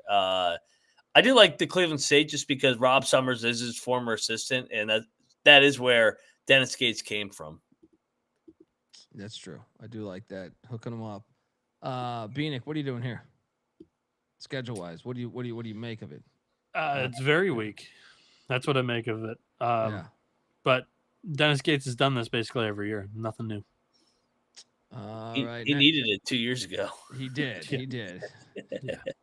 All right, folks. Look, before I get to the next one, I do want to let the good people know that we are brought to you by Underdog Fantasy. Everybody knows Underdog is your home for pick'em entries where you can win up to 5,000 times the amount of money you enter. But now in select states, Underdog has new team picks. All right. Yes, team picks. That's right. Sides and totals. Great option for anyone looking to get in on the action. So hop on over to Underdog. They got a brand new offer for new customers. Play just $5, get $100 in bonus funds when you sign up with our promo code TCESGPN. And we're also brought to you by Rhythm. Rhythm is crushing it in college football, NFL, and they just added NBA. College hoops will be up soon. Rhythm is also giving away weekly cash prizes just for tracking your bets in the app. Track 5 bets of the same type from any model that you build, and you could win $1,000. Use the promo code SGPN25 when you download the Rhythm app, of course, for 25% off your first month. Download Rhythm. Use that promo code SGPN25. All right. Next up, we are talking Porter Moser. All right. Can we just say this? This is another guy that's going to escape it because their athletic director, who's been there since like the 90s, is stepping down in December.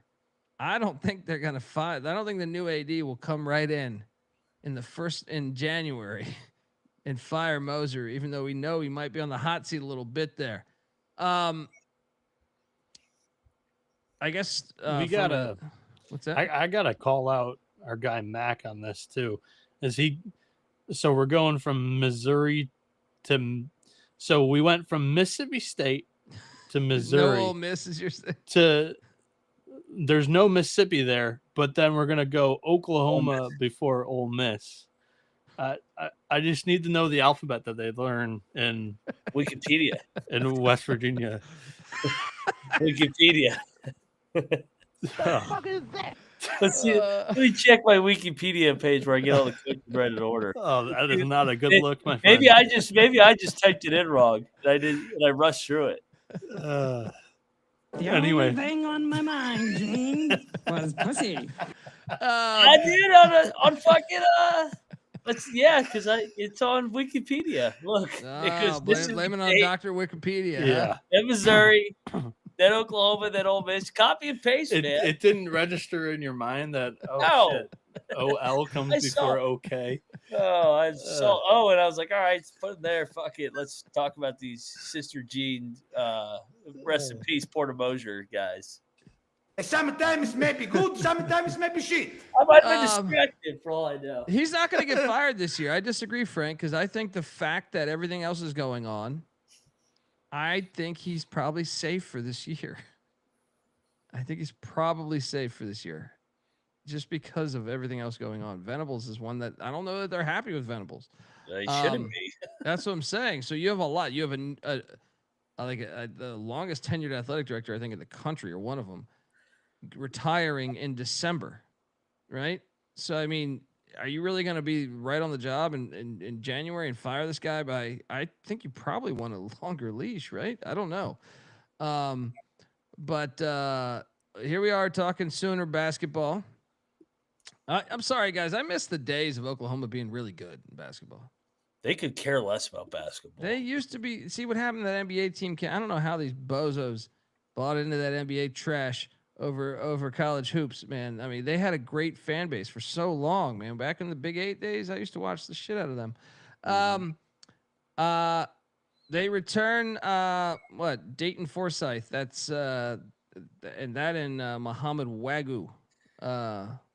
Waggy. Yeah, I like to say Wagyu. It's making me hungry. But Nigel Pack, baby, come back. He's still in college. How's that possible?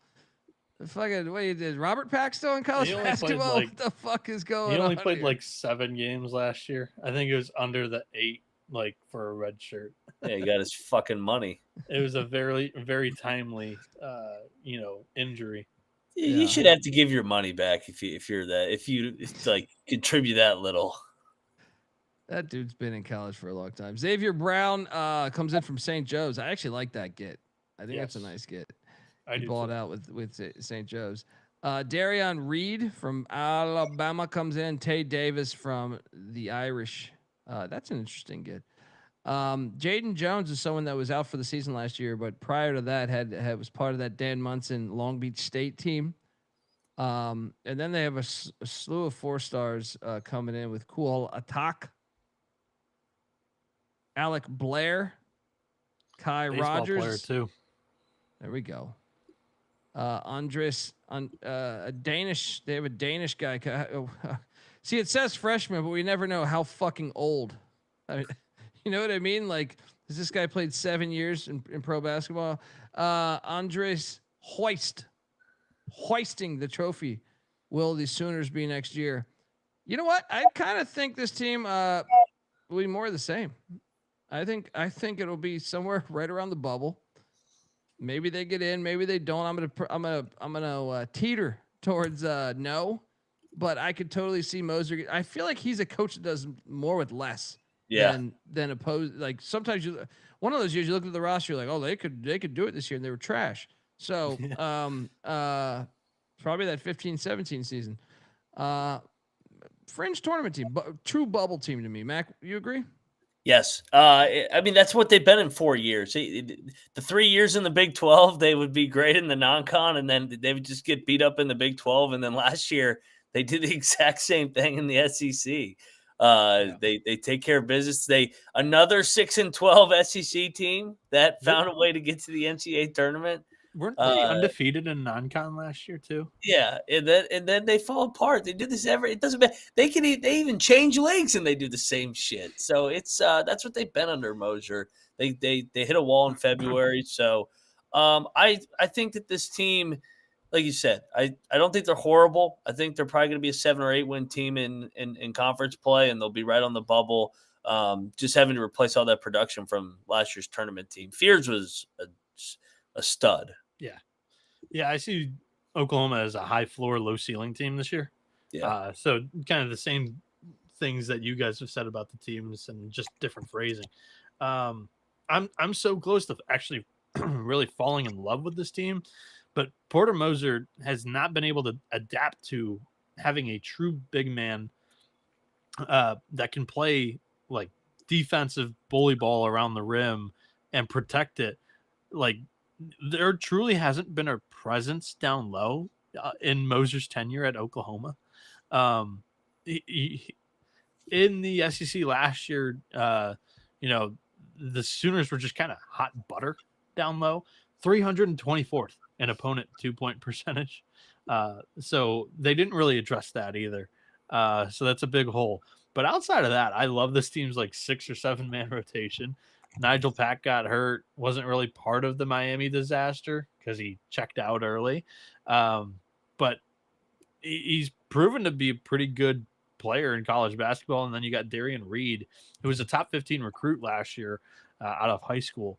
And he comes in to be a wing. He had like almost no playing time with Alabama.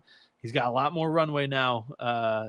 You also have Tate Davis, who's a super steady piece on an injury-ravaged Notre Dame team last year. And then Xavier Davis was a bright spot in what everybody believed to be a poorly coached St. Joseph's program. So, like, coming into Oklahoma, I think he's going to be a pretty good offensive piece for sure. And then both Jaden Jones and Jeff Nwanko round out the rotation there. 2 stud-up transfers that were hurt a season ago but have plenty of potential. That one hole that I talk about early, it's going to get exploited in the SEC and keep OU from like double-digit wins. But I think an 8-win year, they'll be on the NCAA tournament bubble. I agree with you guys. Well, they opened up the season against another tournament team from a year ago, the St. Francis Red Flash, who are dropping down to D3. They're going to be terrible this year, by the way, St. Francis. But for $2, you can get in this game. And get this, not only do you get a $2 ticket, you get a beer, a soda, and popcorn. What's going on over there? Hilarious. How's that possible? People in the door. What's going on right there? Porter Moser, that coming out of your salary? What the fuck is going on in Norman, Oklahoma? They're desperate to get anybody. Yeah. May I suggest? I think Max said it. The Thunder killed both Oklahoma and Oklahoma State basketball. Yeah, there's nobody. May I suggest having free pieces of pussy? Just an idea. Just an idea. Look, Gonzaga, they go to Spokane on November 8th, take on these dogs. Then they put out an APB. No Doc Bradley as the Golden Lions travel to Norman, Oklahoma on Tuesday, November 11th. Then a game against Nebraska, November 15th at Sioux Falls in the Pentagon. Go the distance. Then Oral Roberts at the Lloyd Noble Center there in Norman, Oklahoma on the 20th of November. Then Alcorn State. I mean, there's some fucking fluff here. I like the Oral Roberts run because they're in Tulsa, but taking on Alcorn State Sunday, November 23rd. Then Porter returns to his city that he had a lot of magic in, Chicago, Illinois, to take on Marquette. Go the distance. What is that? 45 minutes? Come on. Marquette will have that building full. That's true. That is true. There's no need. There will be no Oklahoma fans. You might that as well is Marquette South. Still, I just feel Milwaukee like why South. not? Yeah. Then ACC SEC Challenge there in Winston-Salem. Maybe I'll go and catch the Sooners December 2nd. Then they are in Phoenix, not Tempe, taking on Arizona State. Go the distance. Then they are taking on Oklahoma State in Bedlam on the hardwood in Oklahoma City. I mean, I like them playing it, but okay. Cooler on campus. Play that on home court. Yeah. I'll play that on Cooler home. on campus. Then they get these hoppy kangaroos, UMKC, on December 16th. And then these Hatters of Stetson. I mean, there's some shitty teams on this thing. December 22nd. Then Mississippi Valley State, maybe the king of all shit, on December 29th. They'll cover that game, though. They're not going to get blown out against Oklahoma. I mean, it's a weird schedule because there are a couple games. But I have like St. Francis towards the bottom of all college basketball teams. They play number 365 and 364 on KenPom. I was about to say, I honestly, just off the top of my head off this, I would have St. Francis, Pine Bluff, Alcorn State, and Mississippi Valley State. And I don't know about Stetson. Maybe I need to get schooled on Stetson, but I have those other ones I mentioned. That's like bottom 10 schools. They have 7 300+ ranked teams. Thought you God wanted to damn, leave Oklahoma. Hey, but they do mix the model over. They do mix it up a little bit more with the like high majors. This is your Big 12 recipe, and they are a Big 12 team. So Let me pull up Iowa State. Iowa State's only got, dude, they got 5. get out of here trying to compare them. Oh, dude, Iowa State's schedule is way harder than this. This is ridiculous. They've got, like you said, they've got 5 300s, a couple 200s as well. Like, this is the Iowa State playbook. Can I tell you what really bothers me is they have this preseason scrimmage game, whatever the fuck. This past Friday, they played Wisconsin in Milwaukee. So they made the trip to fucking Milwaukee. All right. They made the fucking trip to Milwaukee, but on November 28th, in the regular season, it bothers me, man. It bothers me what we're doing to this damn sport. All right. Like, why couldn't you switch that around and play that game in Chicago when it doesn't matter, and then actually go to Wisconsin somebody pass me the shotgun. Anyway, next up, let's get out of this one. Chris Beard and Ole Miss. Check your alphabet. Chris Beard is I was drinking. I love that 2022-23 season, 7-1. Yep, Circle something happened that year. Got interrupted. Got screwed. Obviously phenomenal basketball coach, took Texas Tech, should have won the Natty that year. Really just a crazy game. So they don't return a lot. They return just Malik Dia, who did play well for them a season ago. Very well. What's that? Very well. Yeah. And then they went out, man, and they brought in a French guy who is 22 years old. Lias Kamardine. Your guess is as good as mine. Yeah. Corin Johnson comes in from Louisville. Didn't play a lot at Louisville. Be interesting. AJ Storr. Baby, come back. How is he still in school? Unbelievable. What year is he? Yeah. 4, I think. Yeah. Different school, all 4 years. But that 4. dilutes it a little bit. But St. John's, Wisconsin, Kansas. Was he at Illinois or no? Unbelievable.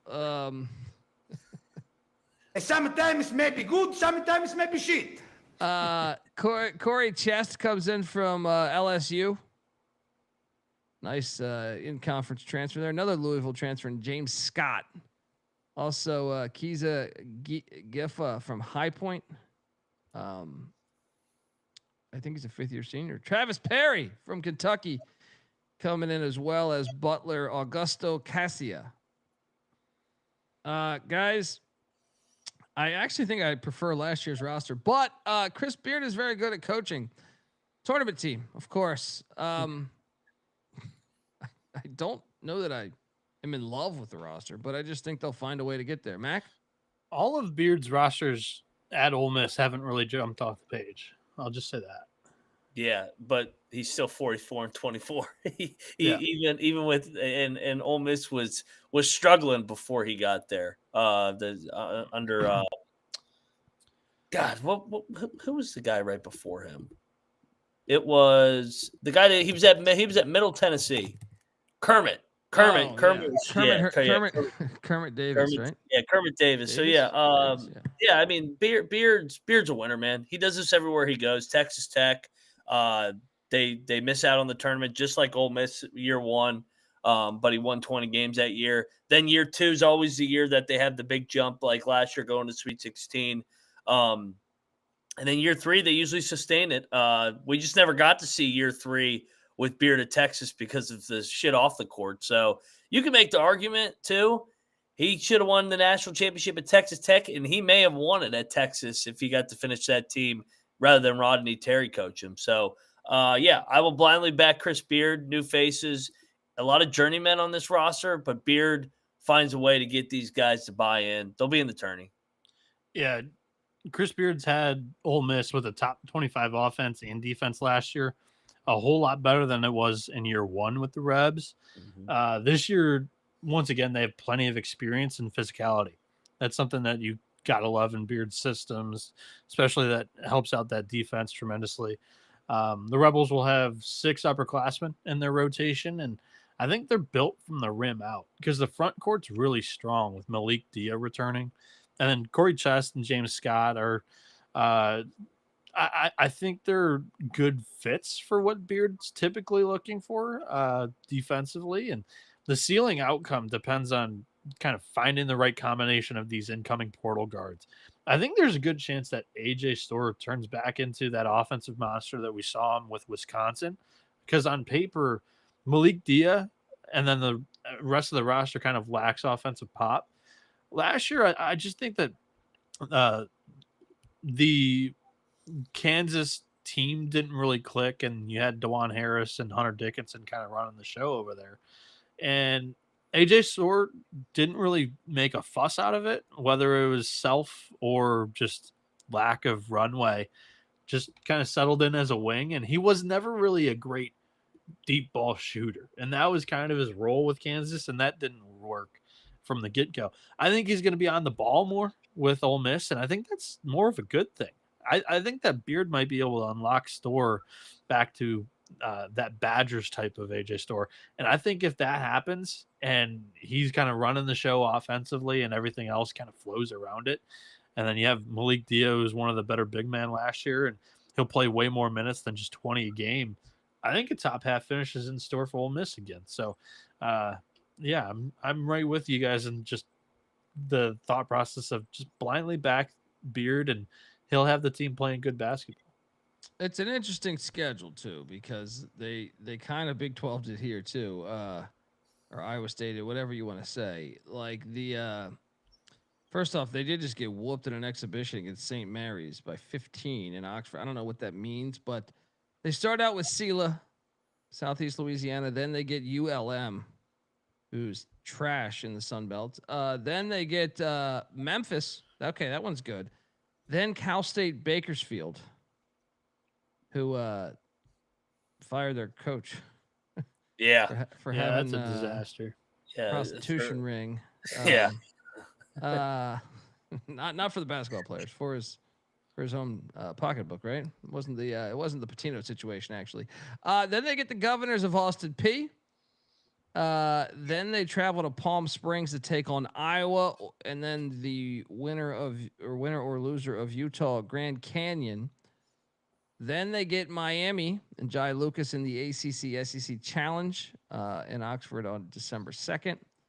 Then on Peacock, boo, but awesome game as they go to the Garden to take on St. John's. Then they get Southern Miss, Alabama A&M coming to. Well, wait, they're actually playing Southern Miss in Biloxi, Mississippi, for some strange reason. I guess that's not that bad. I don't mind that as much. Alabama A&M in Tupelo, Mississippi. Yeah, whatever the fuck. Then they get NC State in Greensboro, North Carolina. Go the distance. Then they get Alcorn State in Oxford, Mississippi. But there is some fluff there with Alcorn State, Alabama A&M, Southern Miss, ULM, Austin Peay, Bakersfield, Sela. There's a little fluff in there. It's not as bad as the previous team, but schedule's a little bit of bullshit. They're cooking the books a little bit there, just getting it right under the fire. Mac, your thoughts on that schedule? It is a little soft. I'm looking forward to the game at the Garden. They do have. I mean, I guess that's the challenge, the Miami SEC versus ACC, but a nice runway to find their identity because with all these new faces, and the Ole Miss game is always a good one too. The Ole Miss Memphis game with regionality. I was just about to say, I think Ole Miss smokes Memphis. Memphis has a lot of moving parts over there. Yeah, could be. And it's a big coaching mismatch. Yeah, big year for Penny. What happened last year in that game? I can't remember. Memphis beat them last year. Yeah, I thought so. Yeah, won by 17. It was early though. It was November, Tennessee. I think, right? Yeah. No, it was later, December 28th. Damn. All right. Lamont Paris, South Carolina. This is I feel like we don't have to spend a whole lot of time on this one, right? Well, I got him winning the conference. Them and Missouri aren't allowed to be good the same year. Yeah, that's what I'm saying. This is their year to be good again. So I will. Look, they're bringing in a ton of transfers. But some of them familiar faces. Michi Johnson, this fucking guy. The double boomerang. He must have like a girlfriend in each town, and he just keeps going back and forth. Like, I can't do this job anymore, guys. That's a great point. Ohio State, South Carolina, Ohio State, South Carolina. Yeah, what the fuck is that? Yeah, he might. He can't have the same broad for more than 9 months at a time. He goes, I gotta get back to a couple of flames. Just unbelievable. Everybody I know that thinks this team's going to be trash, and look, they bring in Michi Johnson back. He's familiar with the program. He's a returning starter, if you want, in a way. They have Mike Sharvaj. How do I pronounce this dude's Mongolian name Mike. Yeah. From the Utah Utes coming in. Norden Kapik from UC San Diego. Remember him? He played well a season ago for Eric Olin. They also have Christ Sandoko from Providence coming in. Elijah Strong from Boston College coming in. Kobe Knox from South Florida. Cam Scott is a guy returning. He hit the portal, then he said, no. I want to be a part of this experience here now that Michi's back. Miles Stute is also back. They got a 4-star that they're excited about in Eli Ellis, the guard spot. Look, he does less with more. Surprise team. They don't finish dead last. They do not finish dead last. Mac? I mean, I like getting Michi Johnson back because he was a part of that really good team, the one that won 26 games. But there's so many question marks on this roster. So Can they have the magical season where they won all those close games and they're really good defensively? Maybe, but I think they'll probably be around 500 overall. I got them in the bottom tier of the league again. Yeah, for me, yet again, just South Carolina is not a sexy roster, in my opinion. The positive outlook for the Gamecocks is that maybe they're a seesaw program that Colby's been talking about. The 2024 team, I don't think had a sexy preseason roster, but it all clicked for a 13 win year. I believe in the I SEC. called for them that year, and I'm still, You did. Still, You did. Still, and then the gambling streets are still talking about that one. And last year they fell through the basement. So I did not take them. I thought they would suck last year. So there's 7 upperclassmen here in the rotation. So there's experience, plenty of positional size and length. I just don't think that this group's going to excel shooting wise. And I haven't bought in the Lamont Paris so far. So why should I start now? You should start now because of the schedule. They open up with North Carolina A&T next Tuesday. Win. So that's the worst team in the country. Then they get Southern Miss, who one of the worst teams in the Sun Belt, if not the worst. Then they get Presbyterian, not known for their great basketball play. Then they get the Horrors of Radford, who are breaking in a brand new head coach. They will be undefeated there, and then they get. Well, last year they were 10-3 in the non-con, and then just won 2 more games. So yeah, but I buy into this shit this year because then they get Butler and why play in White Springs, West Virginia? I don't know, but they get Butler in White Springs. Oh, this West is the Virginia. ballroom. This is the Greenbrier. Yeah, this is the ballroom. Yeah. Please stop. Just go to Hinkle. You could play that at Hinkle. It'd be amazing for the sport. Then they what get a terrible field. Yeah. Then they get Northwestern. I'm falling asleep as I read this. Right. In White Springs.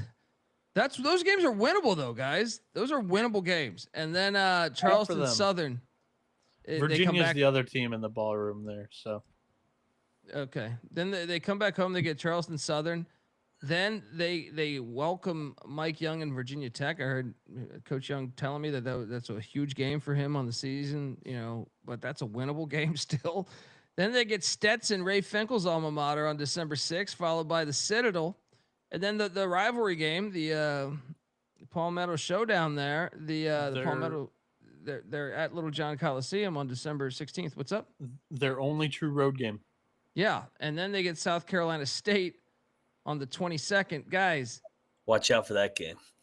Yeah, they could. Yeah, right before Christmas. That is a danger. And then they get Albany. I forgot they get the Great Danes coming down there on December 30th, right before New Year's. Tip your. Great game to watch the ball drop.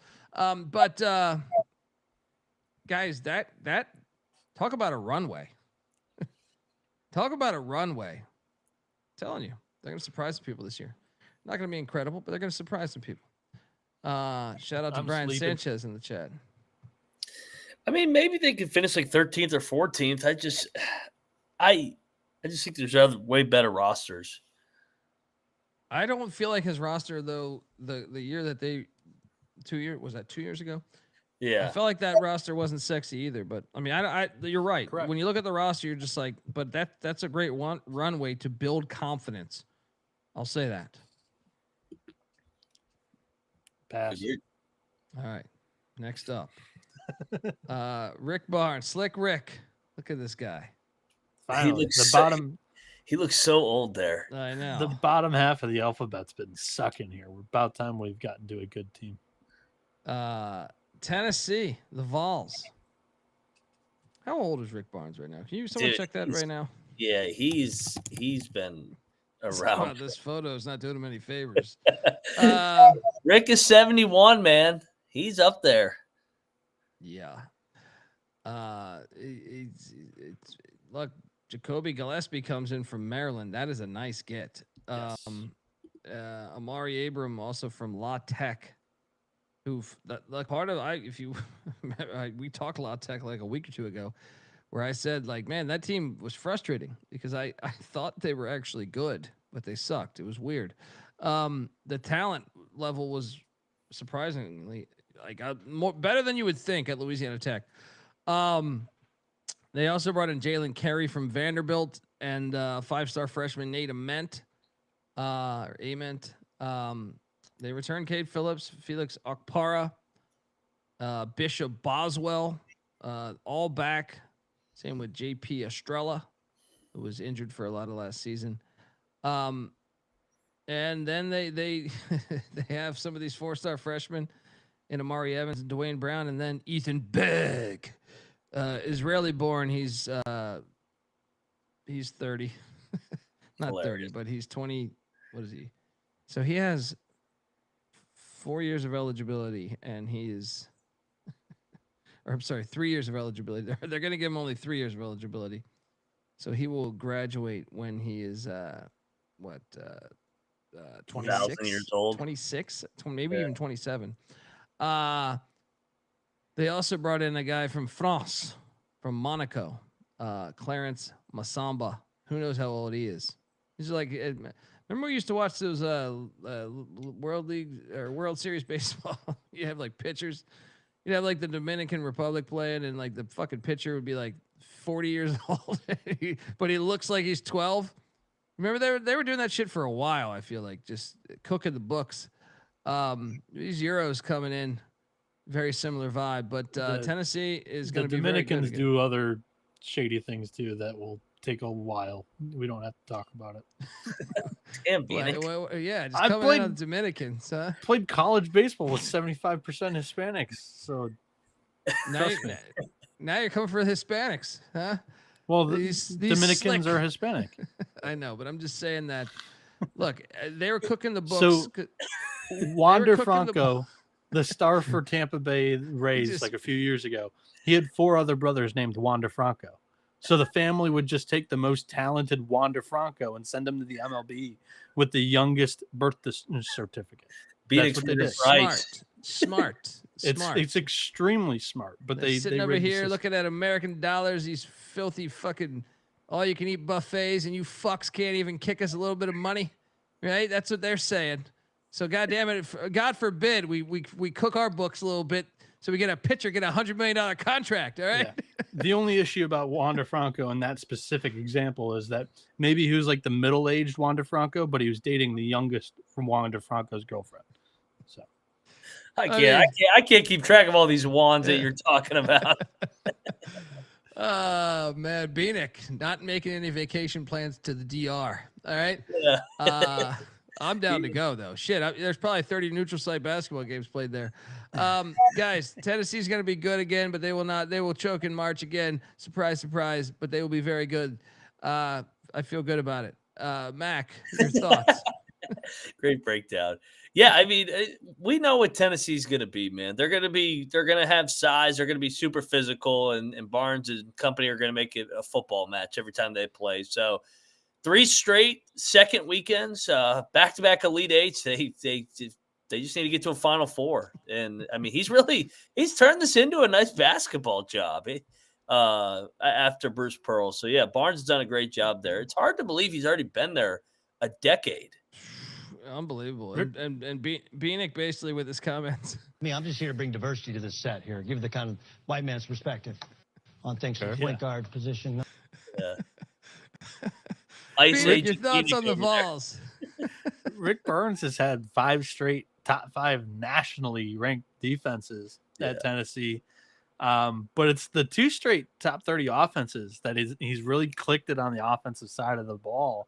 That's unlocked the 2 straight Elite Eights that Mac was talking about.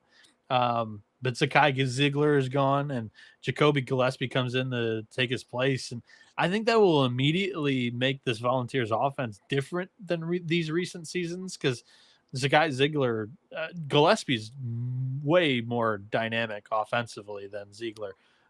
He averaged 15 points per game with 5 assists, shot 40.5% from deep on 6 threes a game with Maryland last year. However, I'm not sure who Tennessee's Dalton Connect or Chaz Lanier is. And that's what I'm talking about, like different offense or this year. Because the top candidate for that maybe is Nate Oats, that freshman. He looks and sounds really good.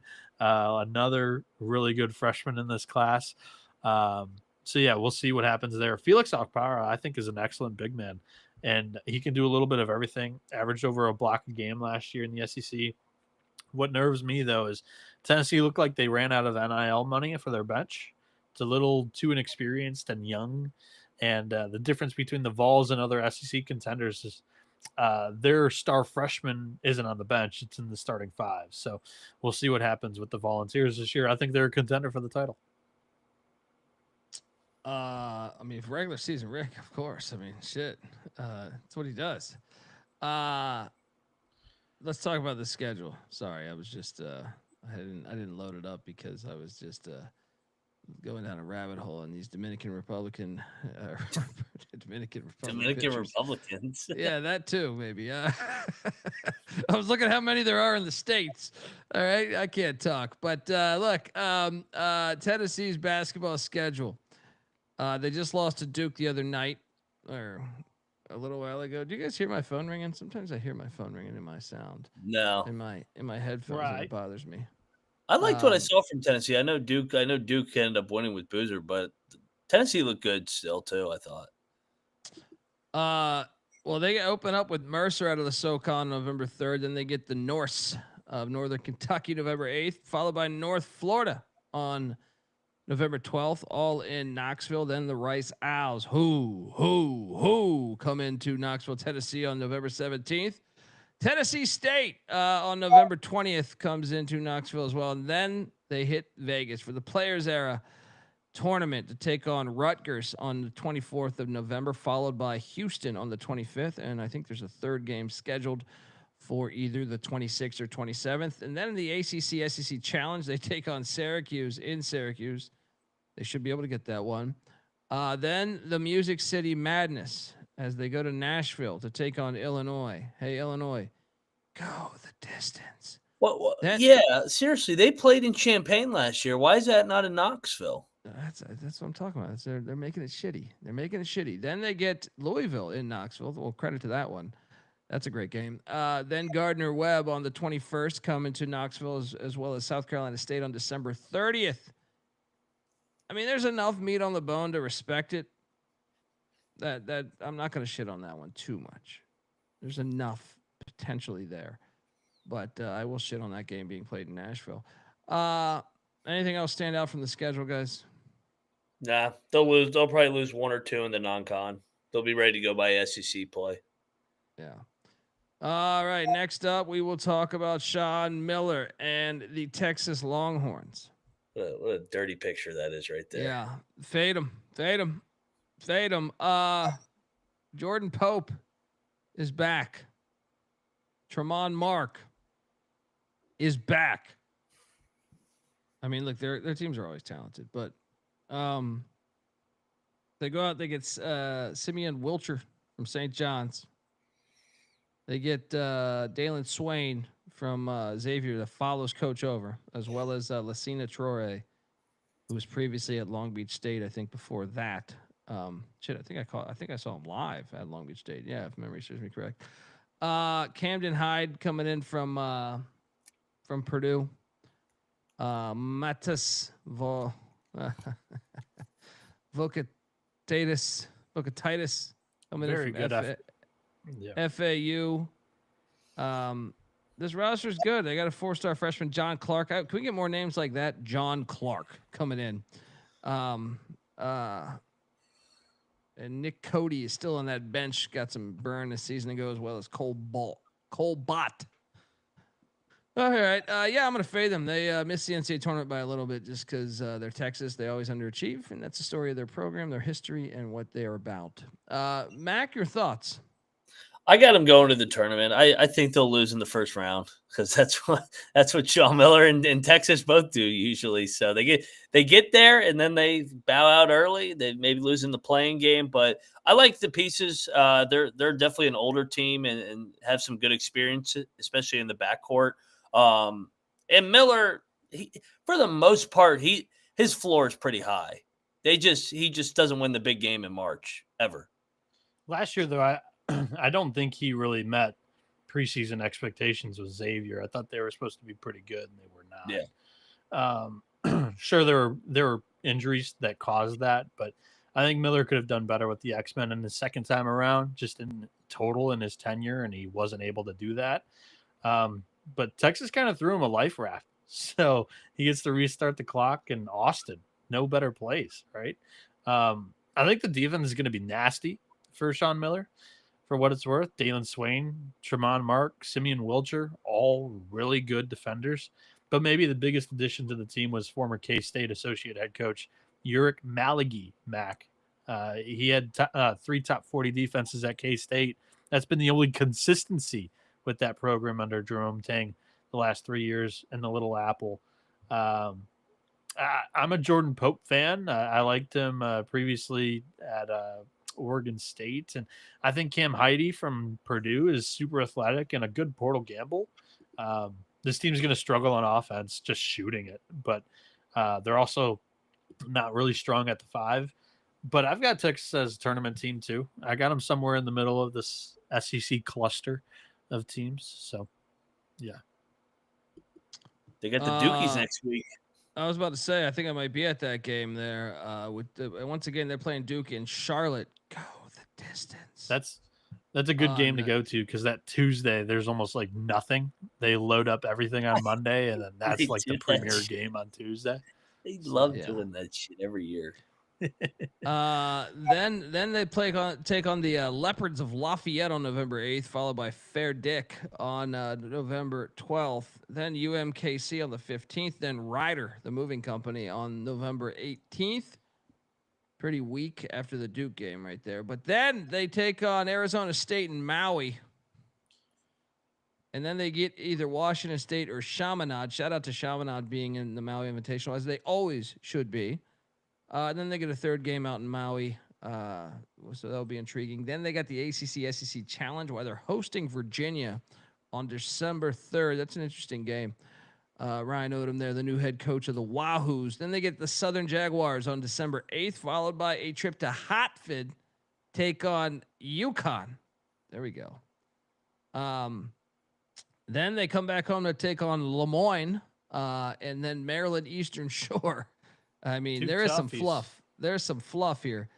But, yeah, I'm excited about that UConn game, I guess. And Maui, I love watching the Maui. I know Maui doesn't have as much heat, but some years that's the way it is. You don't think there's as many good programs in that thing, or the rosters aren't as good you think, but sometimes that ends up being the best ones. So you never know. All right, let's jump to A&M. Buckyball rivals, yeah, Buckyball. Bucky McMillan has been pretty fire in college. In College Station, in college basketball. You look at his 99-52 record, and they should be an interesting team this year because they have a brand new roster. Chris McDermott is the lone player back who played 6 minutes a game last year. They went out and brought in players from everywhere. Jakari Lane from North Alabama played really well with the Lions. Pop Isaacs. Why would maybe they come back? This guy's been on everywhere. Yeah. Rylan Griffin comes in from Kansas. Mackenzie Mbako from Indiana. That's a nice get, some would say. Federico from Texas Tech. This team's hilarious. So nice. You got to say it twice. Yes. Ruben Dominguez. He is from Spain, and he's also probably 30. See, I think he's a 23. That's ridiculous. Rashawn Agee from USC comes in. Ali Abdul-Adiba from SIU, the Salukis. Marcus Hill from the Pussy Pack. All these guys are 30. This team's going to be better than what we think. Josh Holloway from Samford follows coach over. Jamie Vinson from Texas. That is disgusting, by the way. Absolutely disgusting to go from Texas to Texas A&M. Then Zach Clements. His Texas coach left. Still, don't go to A&M. Go anywhere. Go have some pride. Have some pride. All right. Go anywhere else. Anywhere else, really. But 4-star Jeremiah Green, they're excited about. This team is going to surprise people. Surprise team right here.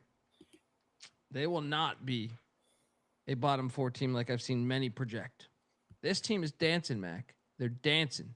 Write it. What are you doing here, Mac? I got him in the NIT. There's just a lot of journeymen on this team. A lot of age, though, man. That's got to be one of the old. Do we have an age chart for the SEC? I feel like this team's got to be one of the more experienced. Here, Torvik has experience, and they are the oldest team. Are they the oldest team in the country, Bienick?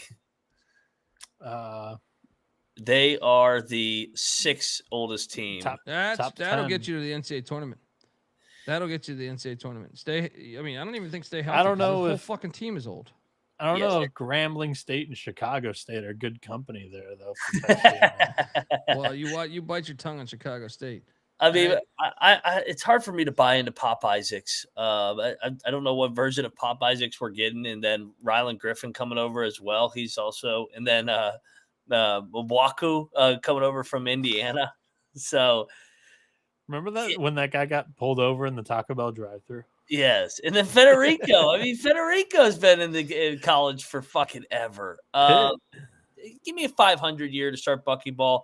Interested to see if he's able to play that how he wants to play, because at Sanford he just pressed the shit out of everybody. I don't know if he can pull it off with this roster, or if he does what Shaka did at Texas and he kind of goes more to half court pressure defense. By the way, Mac, the high major version of the NIT is the Crown, and that's probably where they're playing this year. Nope. I could see them being a Crown team and trying to win that money with all these old guys. Yeah. They're dancing this year. So this is the main. I like the roster, I really do, but I have to lead it off with some negative, and this is the main reason why I don't have them as an NCAA tournament team. Bucky McMillan's never had a good offense or good defense. Sorry, he's had very good offenses. He's never had a good defense. You can look through all of his Sanford teams; they're all like mediocre defenses. And sure, the SoCon's a very good offensive league. The SEC, you're going to see even better offenses. So I can't get there with Bucky, especially on the defensive end of the floor. In 5 seasons at Sanford, he had 3 teams in the top 50 nationally in 3-point percentage, though. And all the teams basically had top 15 tempos. They love to run. So I think that's like when Colby talks about the air raid and the electric, fast-moving offenses on football fields, and the defense gets tired. That's exactly what you've got with Texas A&M probably this year. There are 9 upperclassmen in the expected rotation. Might help with the buy-in on the defensive end. Federico is a good enough rim protector, but there's not a lot of big men depth behind him, so that's a little bit of a question mark. I'm really excited to see Mbako at his natural position at the 4. Pop Isaacs was good at Creighton last year until he got hurt. So I think you guys need to slow the hate there. I didn't shit on him. I just he transfers. He changes scenery every 6 weeks. Is my problem. He was at Houston too this offseason. Is at Texas Tech. He's been every fucking where, man. This and guy. then Rylan Griffin was a good shooter at Alabama too. So like both of those guys are, I think, good wings. It's a ragtag bunch for sure that has some college experience, but to me, it's bottom half SEC team, no doubt, because of that. I can't bank on the defense being there at A&M. Tournament team, you're gonna look back at this and say Dundee. That's why they pay you the big bucks. All right. I mean, it's not a bold take. If you get 6 wins in the SEC, you're in the NCAA tournament. Well, and if you look at this non-con, it's a fucking joke. Northwestern State out the gate, then Texas Southern, then they head to Stillwater. I like that game on the schedule to take on Oklahoma State. Then they get UCF in College Station. Montana comes to College Station. Manhattan, Mississippi Valley State. They get Florida State in Tampa, of all places. Go the distance. They get Pitt. I mean, that's an easy win, right, Mac? December 2nd in the ACC SEC Challenge up there in Pittsburgh. Then they go to Arlington, Texas to take on SMU. Go the distance. Then the Jacksonville Dolphins, Texas A&M Commerce, Prairie View. I mean, this thing, they're going to be just breezing through this thing. Yeah, you're sleeping on them. All right, next up. How many more damn teams are in these conferences? Last one. This is it. Yeah. Vandy, the Commodores. Talking. Next up, we got Vanderbilt. Mark Byington. Great job a year ago with the Doors. Fun team to watch, too. They return Tyler Nickel, who played well for them, and Devin McLaughlin, no relation to Chester, as well as Tyler Tanner. All three of those back, and then a couple guys deep on that bench, Colson Messer and Miles Keefe returning as well. They go out and they bring in Frankie Collins, who's 30 also. How old is Frankie Collins? He's been in college for a minute. Yeah, this is at least his 5th year. And so is Duke Miles. Yeah, it's about to say, good Lord. Actually, sell me some stock on this team too. I believe these old teams in college basketball are the angle here. Jalen Washington also comes in from North Carolina. Cornell transfer AK Okereke. Yeah, I don't know. He comes in from Cornell. Tyler Harris from Washington. Mike James from the Pussy Pack / Louisville. Mason Nicholson from Jacksonville State comes in, and then George Kimball III from Eastern Kentucky. Now, he's expected to be on the roster. Who knows? Who knows anymore? I think he might be, might not be. Who knows? I think he's an elite coach, so I will buy stock on Vanderbilt being dancing back-to-back years, Mac. Your thoughts on these doors? Yeah, but Byington did as good a job as anybody last year, getting them to the dance, flipping that thing in just 1 year. He's great at JMU. We had him on the show. So yeah, we're big Mark Byington guys. It's an interesting team. Yeah, they're very old. I think I like their older guys better than A&M's older guys. So I like Frankie Collins. I know he got injured last year, and Duke Miles as well, coming over from Oklahoma. They just seem to have a little bit of an identity at Vanderbilt now. So yeah, Pavia's got it going in football. Byington's got it going in basketball. I think they get back to the dance too. Let's go. Mark We just need Byington. Byington to piss on Tennessee's midcourt. Oh yeah. They're right behind him in the age experience thing, Colby. They're the second oldest team in the SEC. Texas, for what it's worth, is the third oldest team. Nice.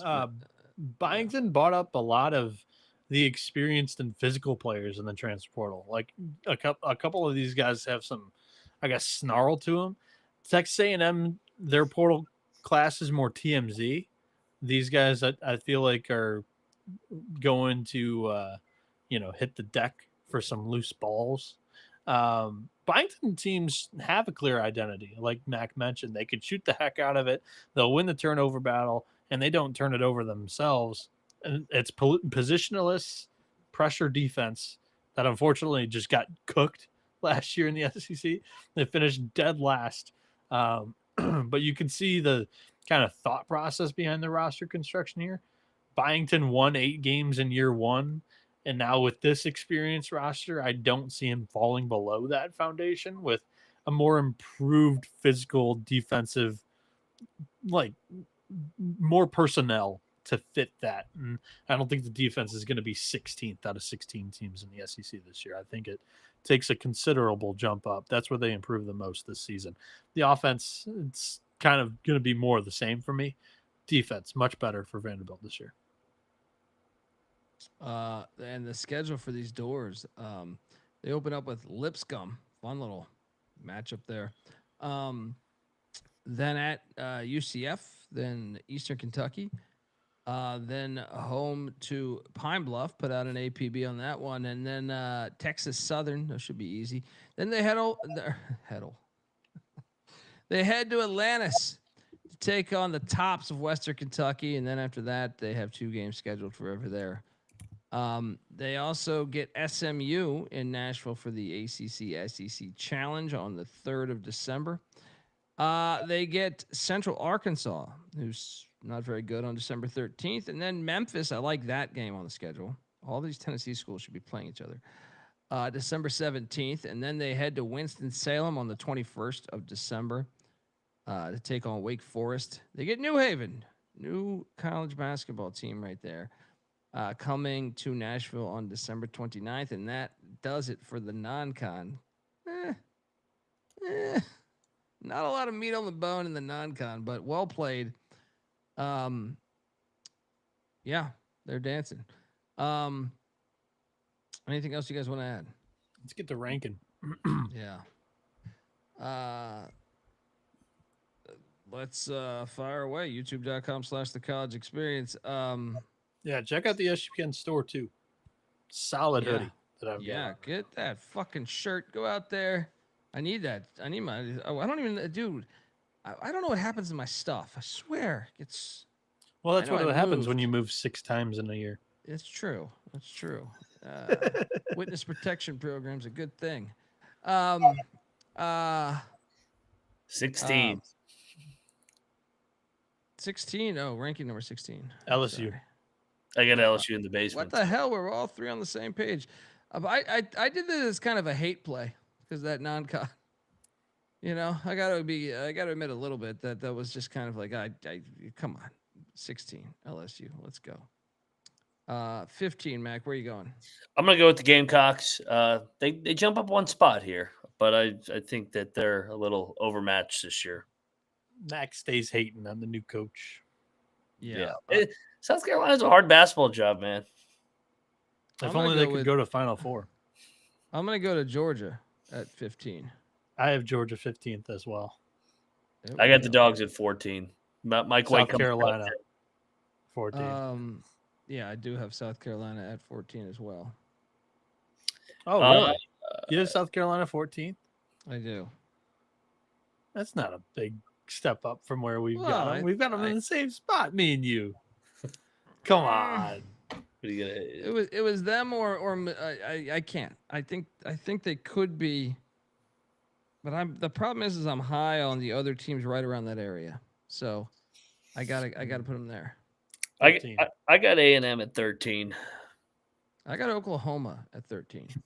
I have A&M as 13 too. Just again, I had to put him there. Bucky's just never had a, like when I say never had a good defense, 200s. Like the defense has been brutal for Bucky.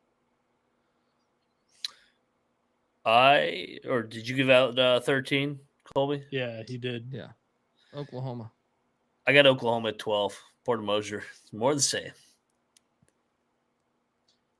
12, I've got Auburn.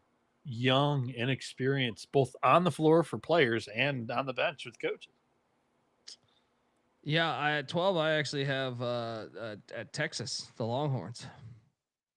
Hate coming in.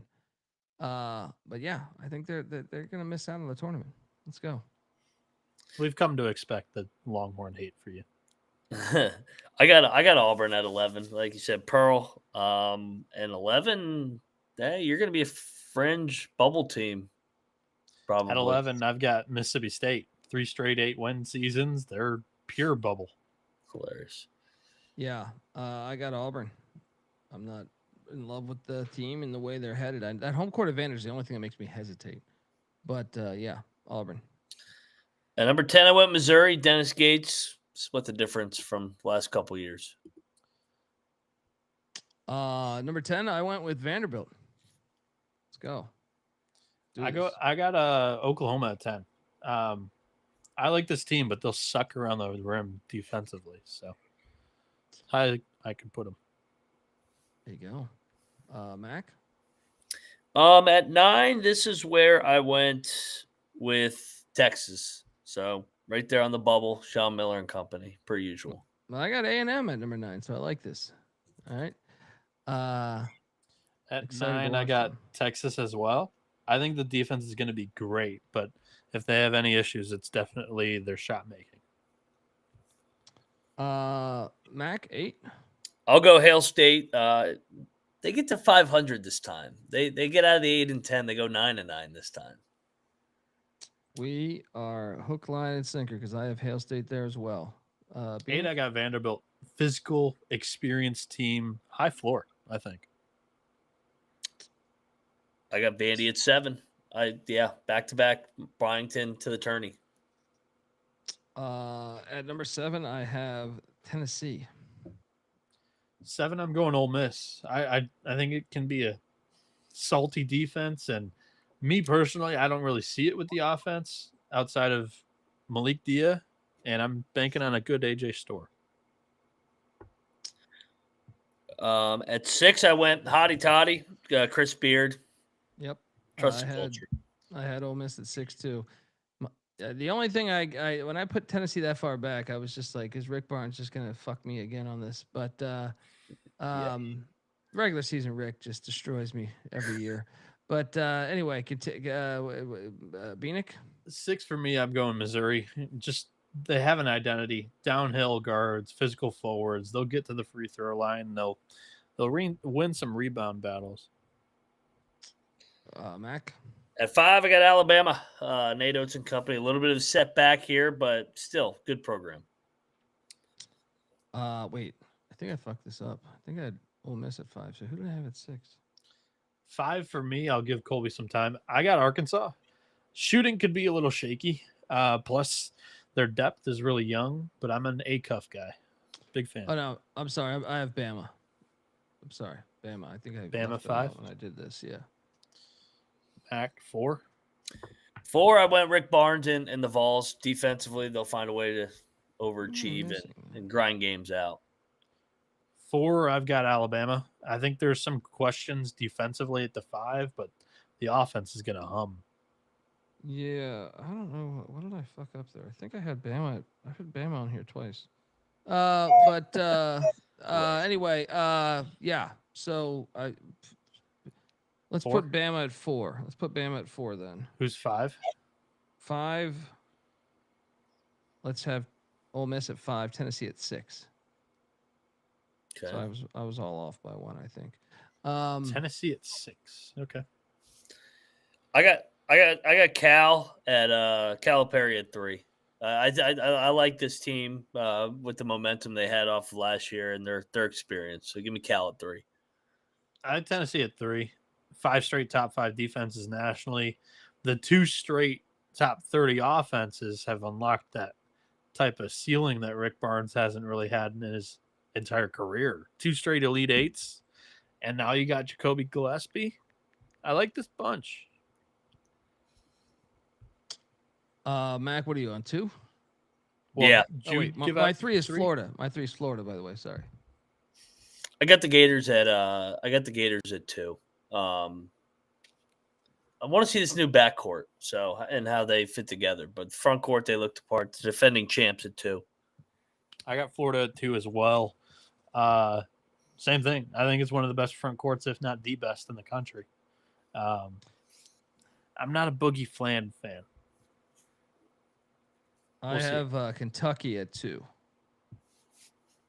Go Wildcats. All right. Mac? Yeah. So I got Mac and I. Kentucky. Arkansas. Kansas at number 1 for me. Let's go. Love it. Tournament winner. I'll give that one to Tennessee. Right before the big dance. Who won it last year? Florida? Florida won it last year. Good guard play. Yeah, give me Kentucky to sweep it. Pope gets his first big tournament win here. I'm gonna take Arkansas. I think Arkansas wins the tournament. Cal. Those freshmen grow up throughout the year, and then March they'll click. Sleeper. Media poll. Hold on. I'll pull it up. SEC basketball preseason poll. And we've got...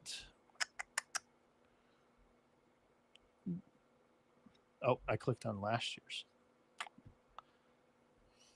Who's picked to win it? Kentucky?